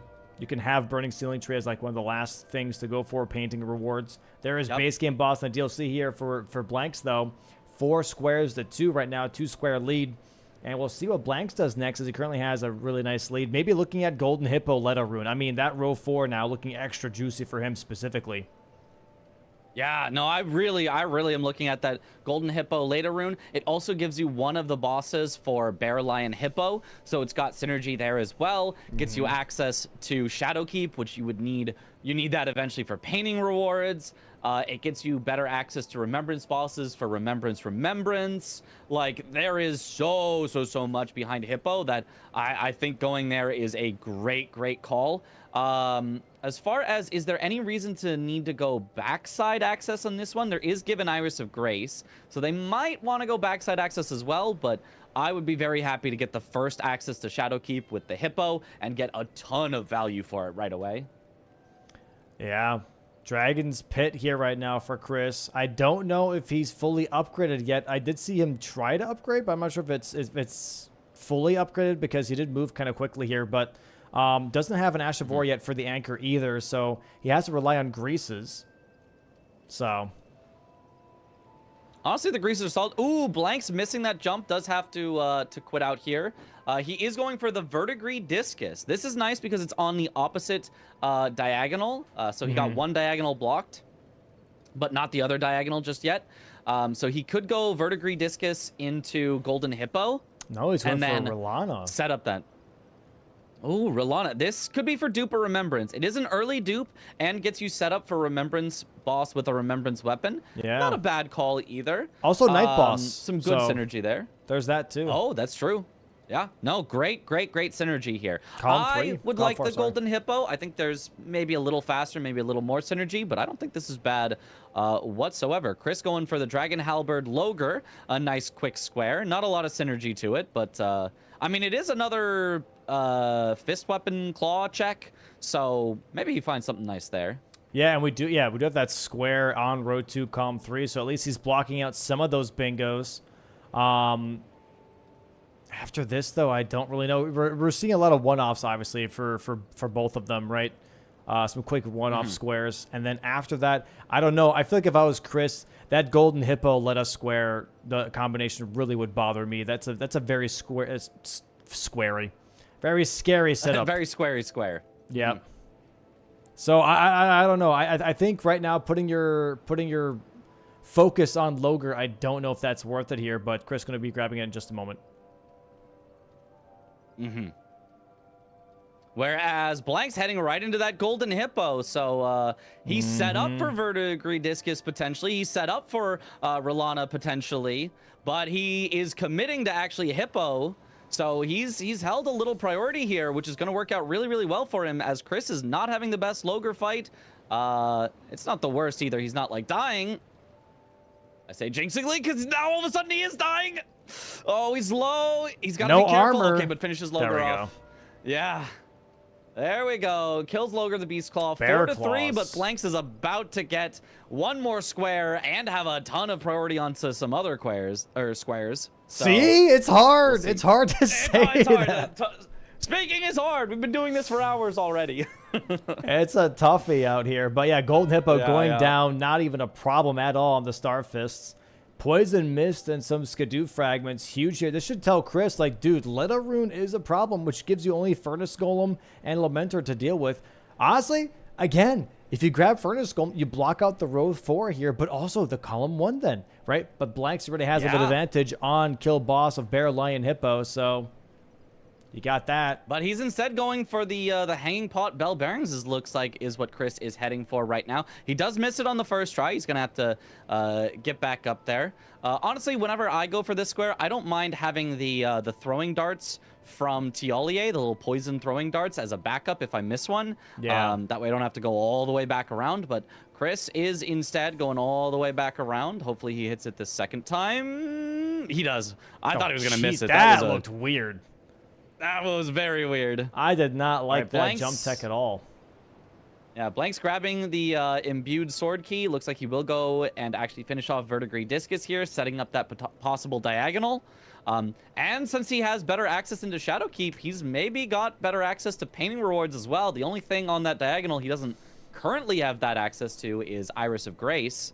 So Blank's maybe looking to pressure that diagonal. I would not hate to see it from him. He could even give up Later Rune just to get faster access to possible painting rewards. Yep. Just creating line after line, like we've said. If you just keep building more and more threats, there's more and more things to block. And it worked out in game 1. We saw Blanks at one point having 3 bingo lines available to him. And right now, that's pretty much the same case scenario here. It already had the first diagonal, second diagonal currently building. And that Verdigris Discus is going to give him row 4 and row 5 and the top left, bottom right diagonal to work with here. So things are getting kind of scary already. Yeah, it's definitely a very spicy one, especially because Chris, it looks like, is chasing on this Verdigris Discus in order to try to block that diagonal. But Blanks is way ahead on this. This is not going to work out for him. So another snipe from Blanks. Blanks already has sniped. He sniped away Demi-Human Swordsman base game boss in the DLC. He sniped away more armor set. He sniped away DLC full armor sets. The only thing so far that Blanks has gotten uncontested has been Golden Hippo, and everything else Chris has chased on, lost time on, and ended up behind on. So really, really strong advantage for Blanks out of the gate here. This is really, really tough. Yeah. Really tough position here for Chris. Currently 3 squares down. I'm telling you, man, that Leda Rune setup here, he has to figure something out. Because right now, we're seeing now Furnace Golem here from Blanks. He just wants to get rid of all the bingos. Blanks really loves pushing for majority while he has bingo lines available. It gives you so much board power. And, you know, if you're a fast enough player to get all those squares you want, why not do that? Yep. Like, it's almost an unlosable strategy as long as you are fast enough to execute it. And Blanks is so fast. So, yeah, that looks like it is exactly what we're going to be seeing. He is doing a bunch of R1s on the Golem. I actually don't know if this is better than R2s if you don't care about stagger. I don't know what's the better DPS. The Furnace Golems are weird because normally when it comes to bosses or anything else, there is poise damage and normal damage, but for the Furnace Golems, it's a 2-for-1. The more damage you do, the damage triggers the staggers, not poise. So it doesn't matter how much poise damage you do. It's damage thresholds instead. Yeah, this is why the backhand blades were so effective in previous seasons against Furnace Golems, because even though backhand blades do very, very little in terms of poise damage, they do so much actual damage that they could take them out very, very, very quickly. Blanks might get a 1 cycle on this Furnace Golem as well. He's doing great damage to the face here while it's down. Yeah, I think he does. Wow, what a fast kill. There it is. Yeah, okay, now that row 4. Jesus Christ. Row 4, yeah. Oh my gosh, and he's ahead on Leda Rune. He could force Chris into Lamenter, which would be a tough spot to be in. He's possibly ahead on Painting Rewards if he needs it to force Chris into Iris of Grace. Like, this is scary for Chris. He has to block 1,000 threats and has to find something of his own to set up with. But if Blanks just gets anything on row 1, Chris has no more bingo threats and has to win on majority. Yeah, this is why we keep saying corner squares are absolutely insane to go for. In this case, Blanks doesn't even have just corner squares. He's got center square and 4 corner squares. So his movability is just off the charts right now. Yeah. He can go where he wants. He can threaten where he wants. He can block whatever he wants. Like, Blanks is squarely in the driver's seat. And, okay, there's Hanging Pot Bell Bearings for Chris. Keeps it relatively close here, 7-4. But I expect it's going to snowball worse and worse for Chris as we go, as he just has to block so many things. This is not an impossible scenario. We've seen comebacks, but it's not looking good. Okay, Blanks, you're opening up the door, I'm assuming, for the Leda invasion. He just has a quicker grace towards the Leda invasion from the Hippo grace. Yeah, I think it's so that he can both do Leda rune and then also paintings, or maybe in the opposite order. He just kind of is set up for both of them. And doesn't actually even... Oh, now he's going to actually do the Leda rune. Yeah. So he wants to do that first. I don't know if he needed to do that. I think he could have set up for the Leda rune, gone directly from Hippo, and then gone from the Leda rune straight to the painting. But, I mean, it doesn't lose too much time opening the door, so I think this is fine. But, yeah, he's pushing Chris into Lamenter here now, so this is just... Yeah. Really, really tough. Chris, and this time, Chris maybe kind of heading already right to Lamenter. Yeah. Yeah, I think they both kind of recognize, oh, no. Yeah, Blanks has the Hippo. He's going to get Leda rune. Chris knows he has to go Lamenter and is just, he's eating his vegetables early. He says, I have to do this at some point. Might as well do it now. Let's not let this snowball into even more pressure on me for later. I think that's what he's doing ADM for here. I mean, also, it is a weapon check. It's a katana check here. So maybe he also gets a good drop here. Maybe it's a great katana. Maybe, you know, it's Rakshasas. Would be very nice for him to see right now because he is facing Starfist. Dragon Halberd is not that bad, obviously, of a weapon, but you definitely want something comparable. And I think great katana or Rakshasas would really match up to the power dynamic that is Starfist's. Yeah, for sure. He also, I saw a Great Omen Killer Cleaver in his inventory. That's also a great one to go for. Has Wild Strikes, has Bleed, is a great axe, which is just a great weapon type. So that's also something he could consider. But Chris really likes this Dragon Halberd. He has a lot of practice with it. He's very comfortable with it. And we're kind of seeing why, although he missed one attack there right as I mentioned it. But very, very solid weapon that Chris is comfortable with. So I would not be surprised to see him stick with it for most, if not all of the game. Mm-hmm. Yeah. Ooh, does take a big trade there, though. Down to low health. He's still going for the hits, though. He's not trying to heal just yet. Very greedy. Oh, he's trying to stop ADM from healing. Very greedy, and he gets hit for it, and he dies. But so does Blanks. Blanks dies as well. Gets fully killed by that throwing discus from Leda. They both have to restart. It is kind of a disaster for both, and at the same time, it's a disaster for neither, because at least the other person died. At the same time. At the same time. Exact same time. Script writers make it less obvious. You gotta stagger them a little bit. You can't have them die at the same time. This is a little too suspicious. Little too crazy, a little too crazy. Yeah, for Chris specifically, I think his Skidoo level is a little low for this fight. Damage not bad, it's still yellow, but definitely a little bit lower than I expected, to be quite fair. It does get tagged there from the R1 Ancient Dragon Man. Leda really not liking that someone else is trying to stop her from invading Hornsent. Yeah, she is a vindictive one. That's for sure. As soon as you break that the Miquella's rune, she is out for blood on everyone. Hornsent really going for a slice and dice there. Gets a bleed proc on Leda. Trying to get a frost proc on her as well with his Dragon Halberd. Chris here does get a frost proc on Ancient Dragon Man. Goes for another Ash of War tick there for a quick moment. Goes for some extra stabs. And I believe already is past the healing. Yeah, so they're both doing a good job here. They're both actually just using the Dragon Halberd.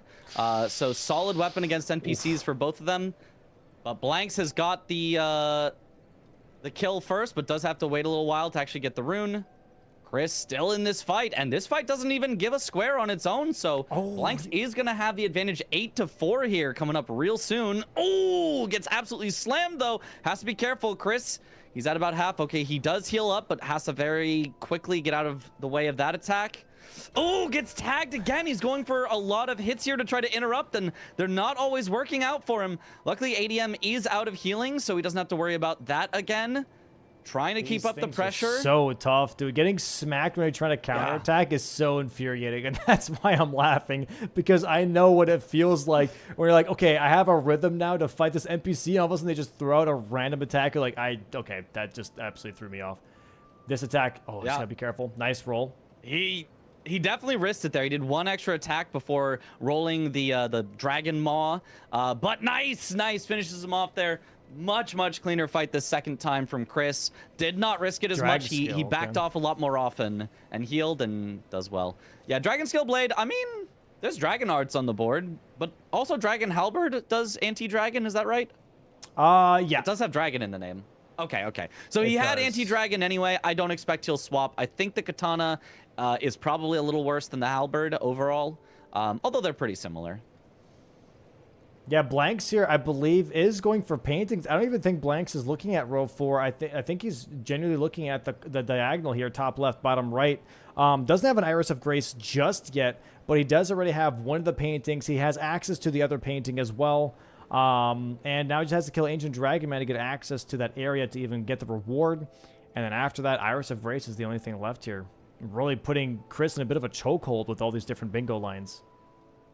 Yeah, Chris is going to have to do Lamenter, and then by the time he does Lamenter, then Blanks... Oh, he's not going straight for Lamenter. He's going for Dragon Hearts first, actually, is what it looks like. But by the time he gets this, if Blanks marks painting rewards, then yeah, Chris is just forced into Lamenter, forced into Iris of Grace. Chris will have no bingo lines left. Chris will be behind on majority, so Blank's doing a great job of pushing the advantage while he has it. He has the advantage, and he is not letting up pressure, and this is really nice play from him. Don't give Chris any opportunities to come back into it, and so far, Chris has not had any opportunities. So, very nice play from Blanks. Chris having a really solid dragon fight here, though, going for the good old double-wielding jump strat, has Omen Killer Cleaver and Rusted Anchor, dealing some really solid damage here versus the Jagged Peak Drake. Trying to get one more stagger. There it is. Already got a bleed proc on him. Going to go for some more wild strikes, I'm assuming. Nope, going for some more jumping L1s instead. Oh, yeah, the does jumping not L1s get the are riposte. very good. That is tough here. Good RNG, though, for Chris. No flying attacks, really.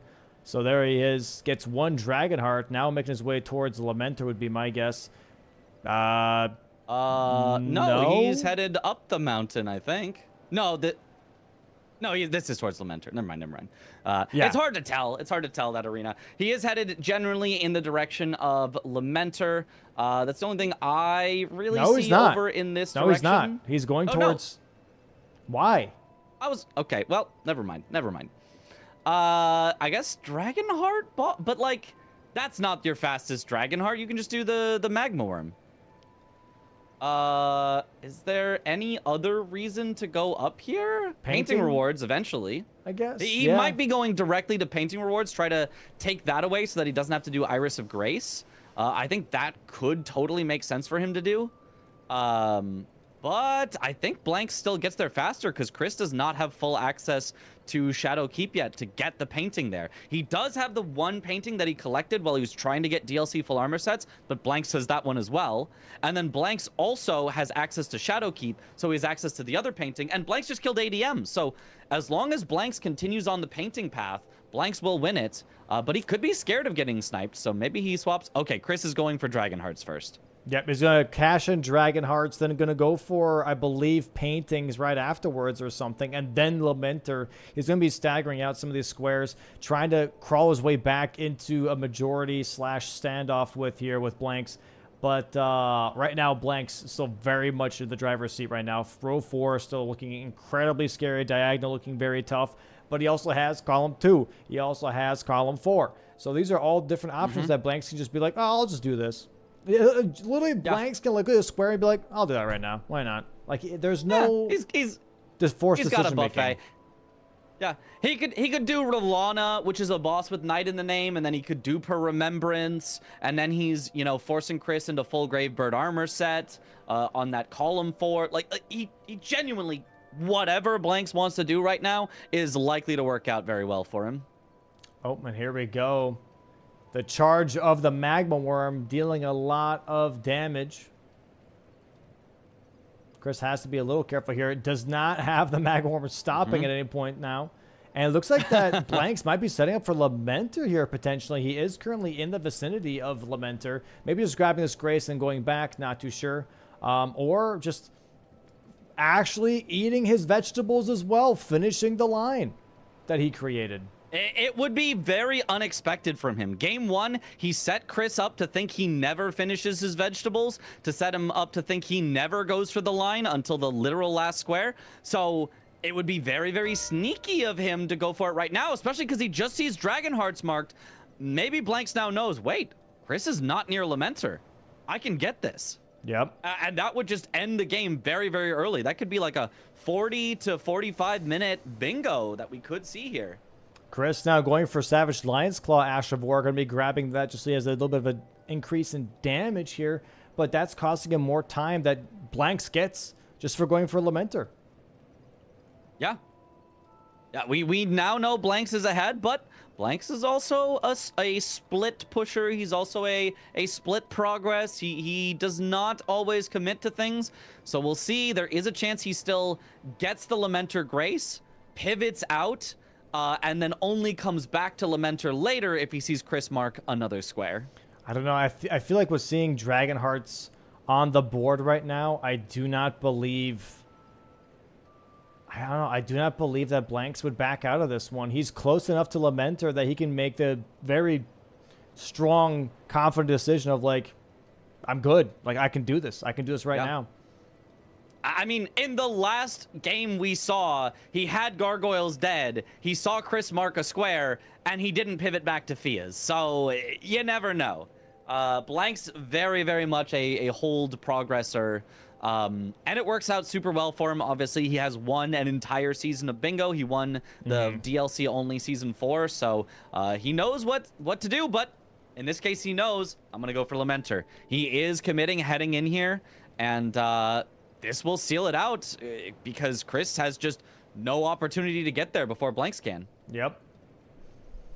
Here we go. Punching some of the old Shadow Men, sadly, in the jail. Gets grabbed. One of them taking a bite out of him real quick. Chris going for the full jumping funny. Ash of War, too.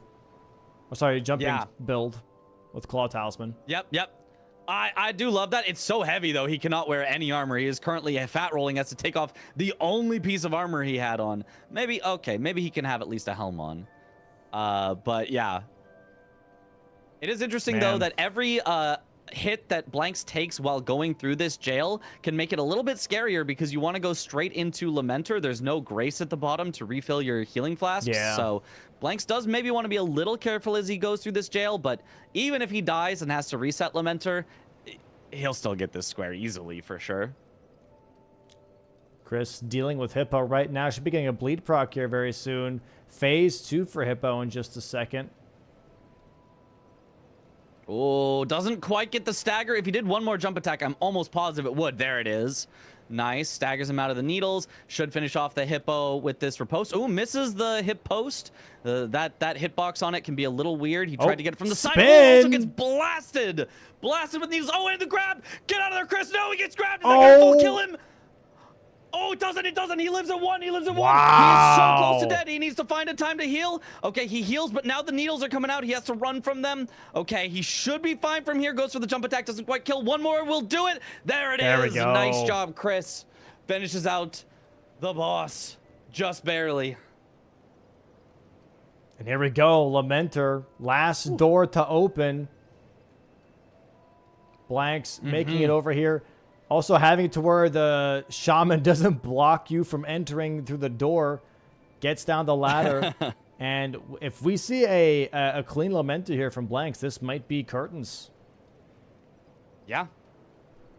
That is what it should be. I wonder what weapon he's going to go for. Right now, he's got the Star Fist out. Oh, well, right now he's going to punch him.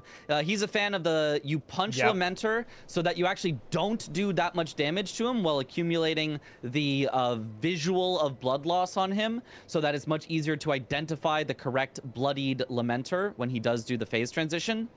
And now is going for Star Fist punching. This would not be my pick. It doesn't have a good, like, AoE to deal with multiple Lamenters trying to swarm you. Yeah. Let's see, does he swap? Ooh, Jawbone Axe with Wild Strikes could be interesting. Dragon Halberd could be interesting, but he is sticking with the Star Fist. Oh, locks on eyes with the Lamenter. Blooded him Lamenter. so much. Yeah. There it is. Nice hits. Wow, really solid damage here from Blanks for sure.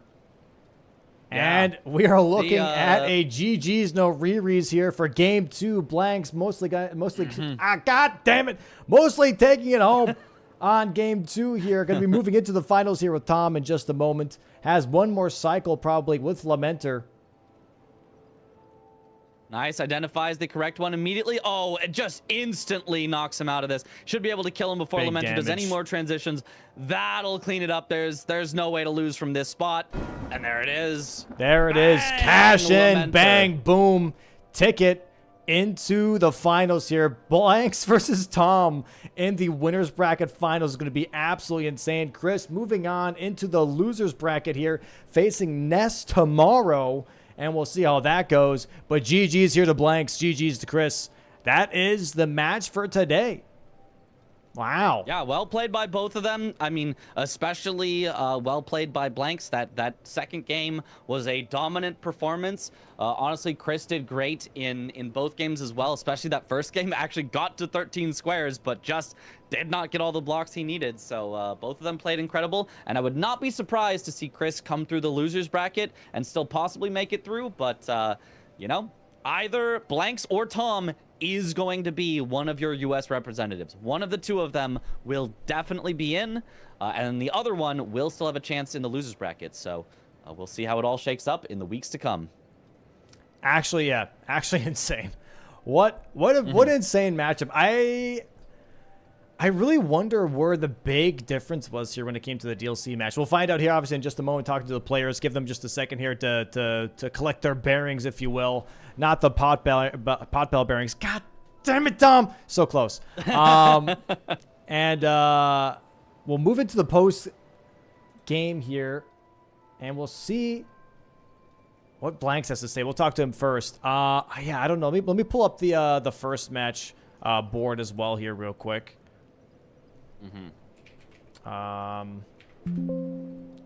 Yes, I would like to replace it, please. And there we go. And here we go. All right, perfect. We're gonna bring on the first board for. Oh, Jesus Christ, that's a little too big. I'm so sorry. There we go. Got that. Here we go. Board number 1. Let's bring in Blanks first. Hold on. We are ready for Blanks. And we'll bring him in, talk about this, see how both of them feel. I'm assuming Chris feels disheartened, obviously, with how game 1 went. And that maybe that translated over into the game 2. I'm not too sure. And it just overall not respecting the lines, I feel like, in this case. Yo, welcome in, Blanks. GG's. Thank you. GG's, guys. Absolute insane first match, and then obviously into the second match just as well. We'll get into the match analysis with you and Chris, obviously together, but we just want to talk to you first here real quick. How's it feel winning the series? It's come as a surprise that I was able to win the base game match after, the start that I had in that game. But there was one moment when it just kind of clicked for me. I was just kind of like, it sucks. I made a couple mistakes, but I'm still in this. It's really, really hard to recover mentally after a few deaths like that. But I started counting my blessings. I'm like, I got stones to upgrade. I just need to get some money. So I went for Radon with the Colossal, and yeah. I mean, I think this was, for me, a very, very important match to win because it proves that you can win when you're down a couple of squares at the start. Yeah, no, 100%. Yeah. What was the overall, mental prep for you going into this match with Chris? Was there anything specific that you're keeping an eye out for that you felt like you had to prepare specifically facing Chris? Or was it just overall, prep that you made sure you had for today's match? My practice, I guess, or prep for Chris was that Chris likes the sneaky lines, the runaway bingos, the things where he doesn't mind going down early if it means that he can catch someone off guard completely with a line, towards the end of the match. And so for this DLC one, for example, I thought my play of Moore's armor sets was good, but I did eyeball that column 2, and I was like, that can be scary if he just runs Elec River right away. Yeah. So I was like, I need to just get on defense mode as soon as I finish my play. Yeah, no, that didn't matter. Nope. Yo. Welcome in, Chris. Yo, GG's. Yo. GG's, Chris. What a match that was. Yeah. Yeah, so we're gonna get into match analysis here in just a bit with both you guys for match 1 and match 2. But before we did that, we asked Blanks just now, and we would like you to answer this too. Is there any specific prep that you did for this best of 3s versus Blank specifically? Or was there anything specific that you're looking out for that you would hope to see in either match that you could maybe counter or whatever? Not really. Just play bingo is kind of the plan. That's fair. That's fair. In DLC, I was like, I probably shouldn't race him on stuff at the start, but I wasn't sure if he would go for armor sets or for coast setup weapon. Pretty sure he was gonna go for armor sets, but yeah, and so I lost that on the more. I assume he didn't stop at Fort Reprimand or do TLA's concoction stuff. Yeah. Yeah, we'll get into that later. That's match analysis, Chris. We're just talking about your but mental prep. Stuff like that. if I'm gonna race him on stuff, I need to cut every corner and not and not half and half. I mean, it wasn't really half and half. I still skipped a lot, but I grabbed one Grace and Reprimand because the night bosses and stuff. For what it's worth, I also cut a lot of corners too to get. Yeah. No, I mean, you got the armor 10 to 20 seconds before I did. I think. Okay, yeah. Yeah, even with Chris cutting corners, Blanks cut a little bit more corners by not grabbing a single Skidoo fragment either, where Chris picked up a couple of those. So okay, yeah, I think that definitely kind of made up some of that time. Yeah, that would have. Yeah. And I also talked to TLEA as well once. Yeah. Yeah, you both did. Both you both did, but yeah. And both of you got the Hippo Grace as well. That maybe could have been the last corner to possibly cut, was activate the Mikkela's rune and then immediately warp out. Yeah. Maybe could have made the difference. It just made sense to set up all that stuff. Totally. For sure. That's too inefficient. All right, so Yep. Match 1. We'll talk match 1 here first, right? I have the image up here for the viewers at home, but I'll put this in matches for you guys to look at as well, so you guys can remember match 1. I'm gonna start off in saying what the hell? But also, it's looking at this match layout, right? Is what was both of your guys' starting thought on this board? Because rune level 65 as a center square is a pretty mean center square, right? So both Mitch and I were talking about how you probably want to throw in a Moog, maybe a Melania here to really make up for some of the money that you need. What was your overall prep for the sport specifically? Blanks, if you want to start off first. Sure. Yeah, so when I saw the board right away, there was a lot of remembrance stuff along with the Bloodhound Knight. So you're kind of Radon blocked until that square gets marked. So I was thinking okay, I'm gonna go for a little bit of I went for the smithing ones, and then I was gonna go for friendly NPCs and or tunnels and or Bloodhound Knight, some sort of like combination of all those squares. I'd progress multiple of them at once. What actually ended up happening though was that I ended up having a bunch of deaths. Like I ended up dying to Falling Star Beast, and I didn't grab the Grace inside the tunnel. I also died grabbing the 4, 5, and 6 from Altus Tunnel, which I got still, but it was inefficient for tunnels. Yeah. So I was thinking some sort of like somber stone tunnels, maybe throwing a Millicent here or there. And then I saw Bloodhound Knight, and I was like, I should do this now. So I did it after Millicent, but Chris beat me by probably 30 seconds because I assume he went for it sooner. And then from that point, I was like, okay, after I had those couple of deaths, I was like, all right, the way back in is to do this for Dawn Colossal only. So luckily I found the Great Club from Altus Tunnel, and I didn't have enough money to set it up as I wanted to, so I went in with plus 10, but I had grabbed the Axe Talisman, so I was like, okay, I have an okay setup for this fight. So I just went into Radon NPCs, or no NPCs, Colossal, that leads to the Misbegotten, leads into tunnels, and so that was kind of like my way back in, is to just kind of combine all that synergy and hope Chris doesn't do it before me. Yeah. What about for you, Chris? Because you guys did do a little bit of a different start here. So what about for you? What was your idea? Yeah, I mean, I saw Millicent and Vader. I was like, he's gonna do that. I'm not gonna bother with that shit. And I was like, let me do Bloodhound Knight and Everjails, and that's kind of just immediately sets up this diagonal. And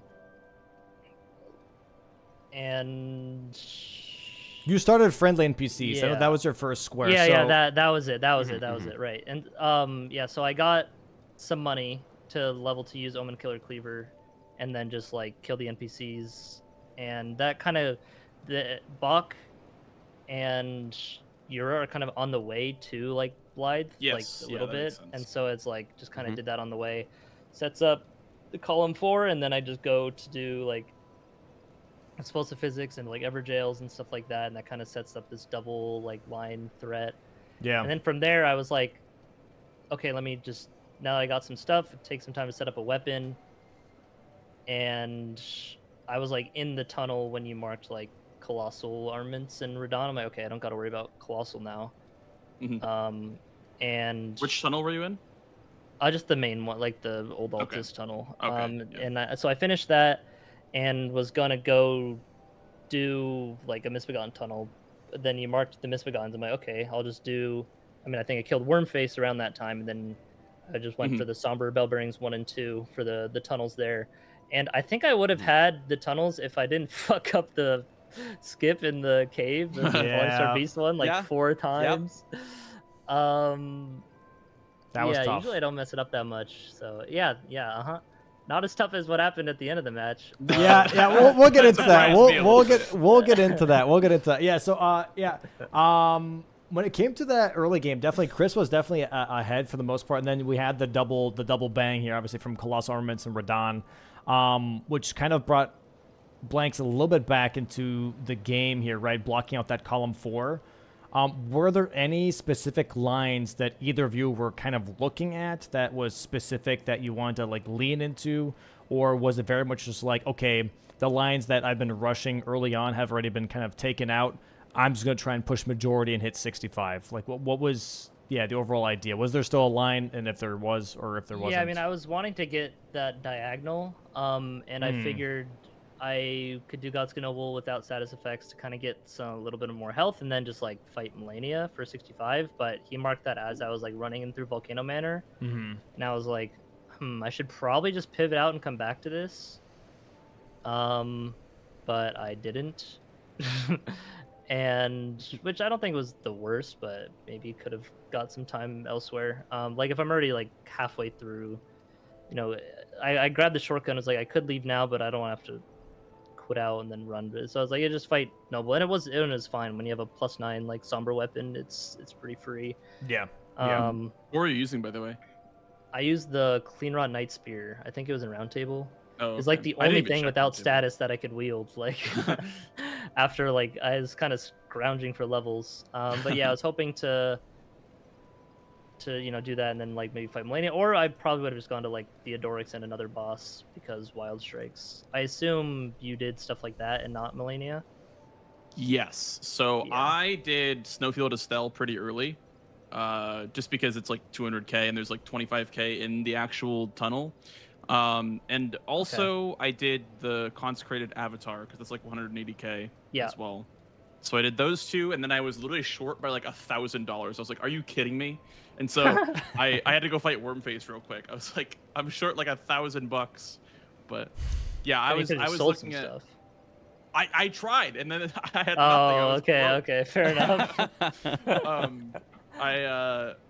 I was looking at row 3, column 3, and the diagonal from top left to bottom. Oh yeah, right. I wasn't looking at the lines. So as you can probably tell. So let's get into that for a second here. We can tell. So let's get into that for a second. So obviously from Chris's perspective, there's a lot of lines happening here, right? There's column 3, row 3, the diagonal top, top left, bottom right. For blanks, you let Fia's champs just absolutely hang there. Even after Chris did mark some squares, what made you not want to finish that lane, regardless of what you saw from Chris? Well, at that point, when he marked Sorcerer Only and Estelle, I was like, okay, so we either have equal capital access, or I'm a tiny bit behind. And I was like, I'm just gonna race him on Morgoth's Great Rune, because either I win or he wins. Like if he gets Morgoth's Great Rune, then I have a chance at Fia's because I killed Gargs. But you had already killed Gargs by then. Okay.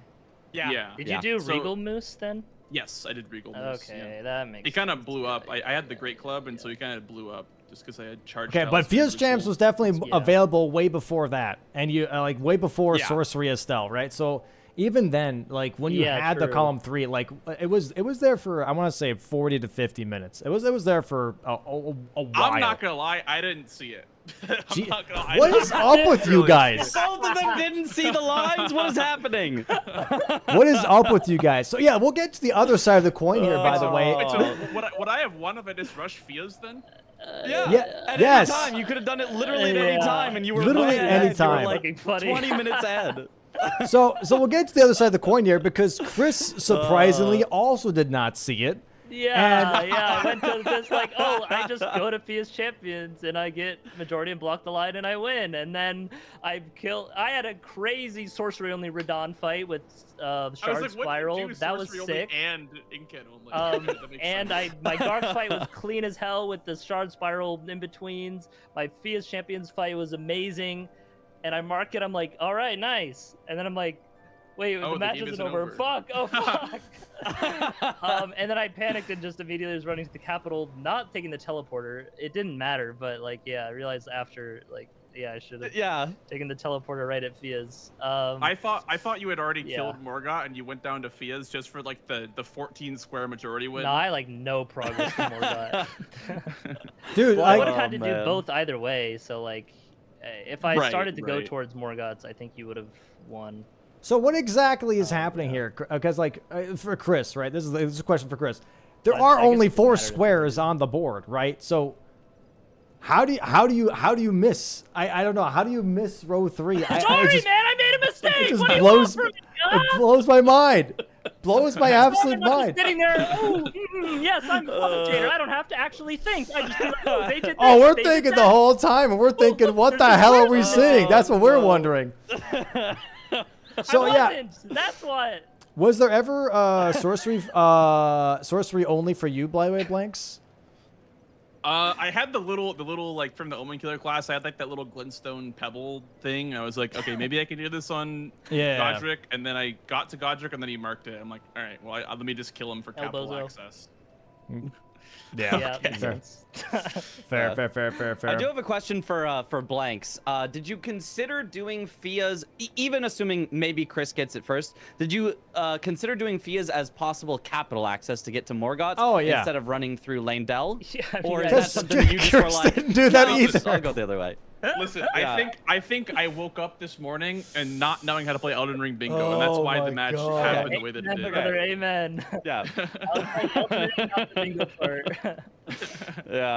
That was definitely the correct play, though. Fia's the capital. It definitely makes a lot of sense. Yeah. I also had the Great Club, so it would have annihilated the Fia's champs. Yeah, I mean, even if I did rush Yeah. Morgott and I get it like before you just then go to Fia's and just win. So I guess Right, it really that's didn't what I matter was for me thinking that I too, that I yeah. did in that order. But yeah, you definitely should have just gone to Fia's after guards. That's crazy. That could have been That over is like pretty 10 crazy. minutes earlier. We're like, all right, we're just gonna sit here for a while now, watch them, you know, run to Yeah, Omen no, Tower I and stuff could like tell, that. Like especially after I missed the line, I'm like, oh, they were just sitting there for like 20 minutes, being like, these guys are fucking stupid. This is like this. All right, moving on to match 2 here. This the closing match out.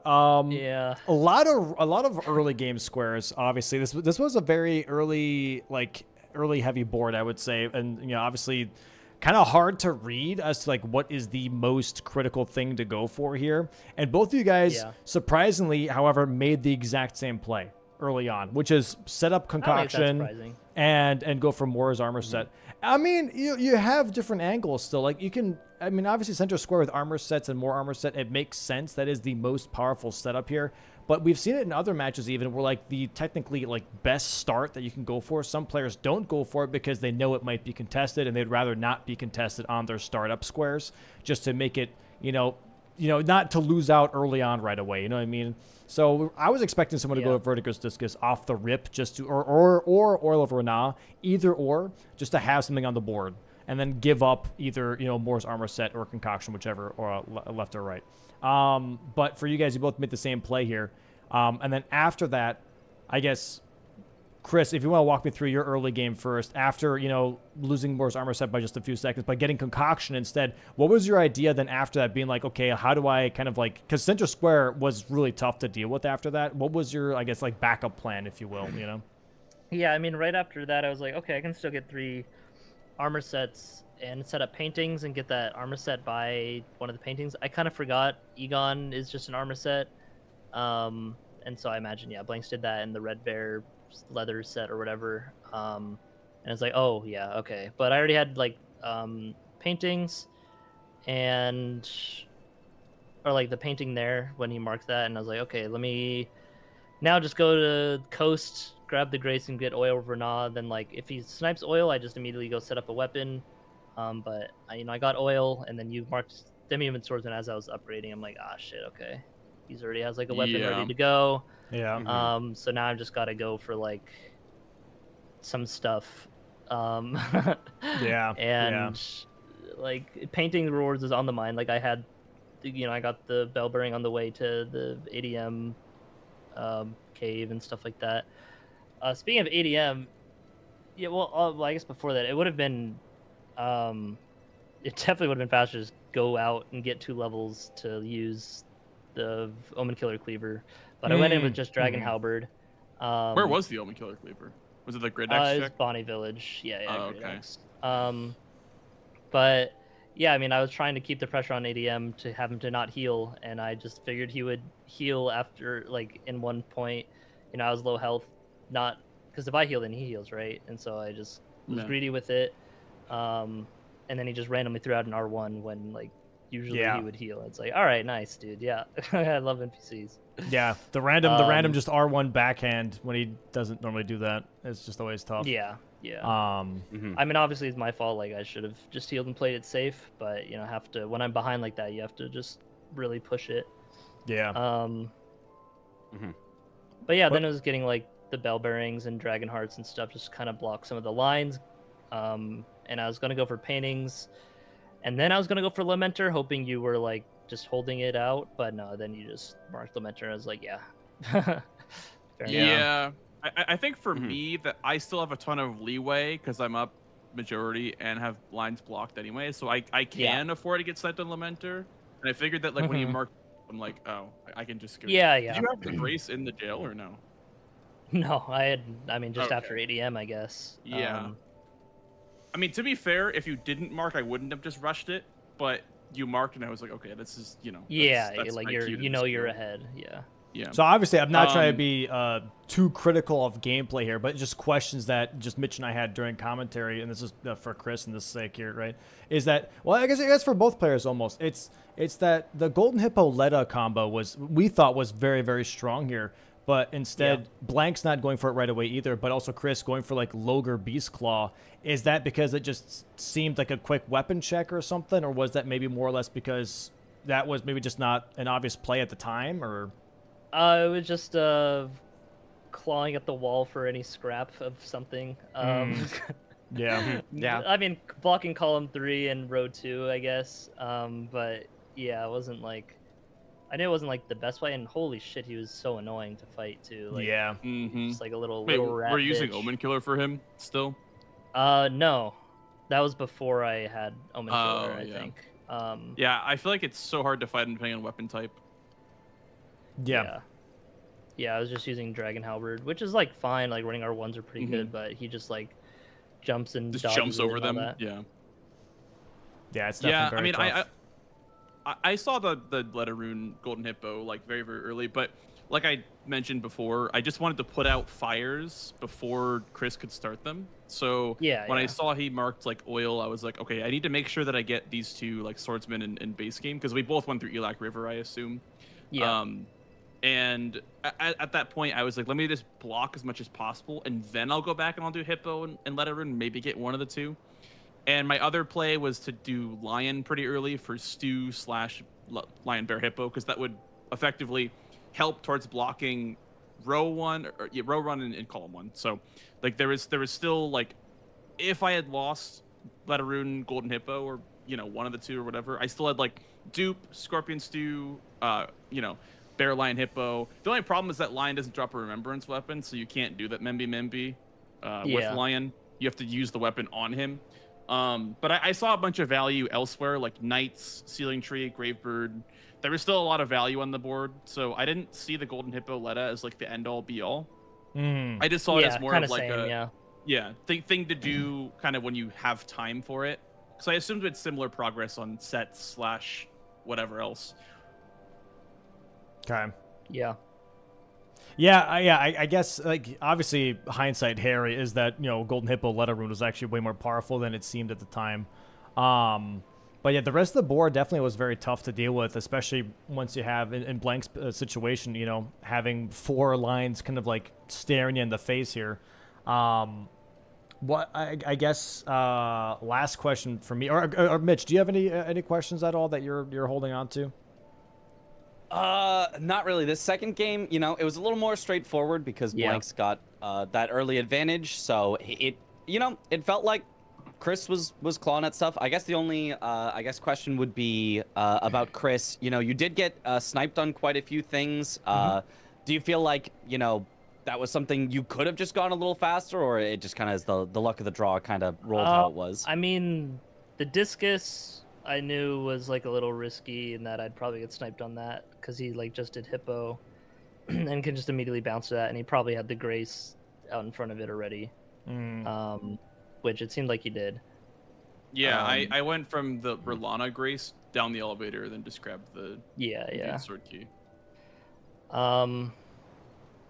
And then I mean, after he marked Demi-Human, I needed to just go upgrade a weapon and just go to Hippo, I think is what would have been better.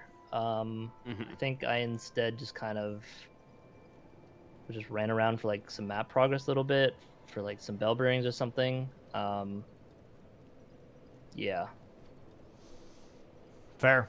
Yeah, very fair. Yeah, it's a bit of a tough board, I feel like, to read, especially when it develops the way it did. It's kind of hard to be like, okay, what exactly is the next optimal play to there's kinda a lot claw of, there's myself not back? like, there wasn't like a, this is the best thing to do. There's a lot of synergy everywhere. Yeah.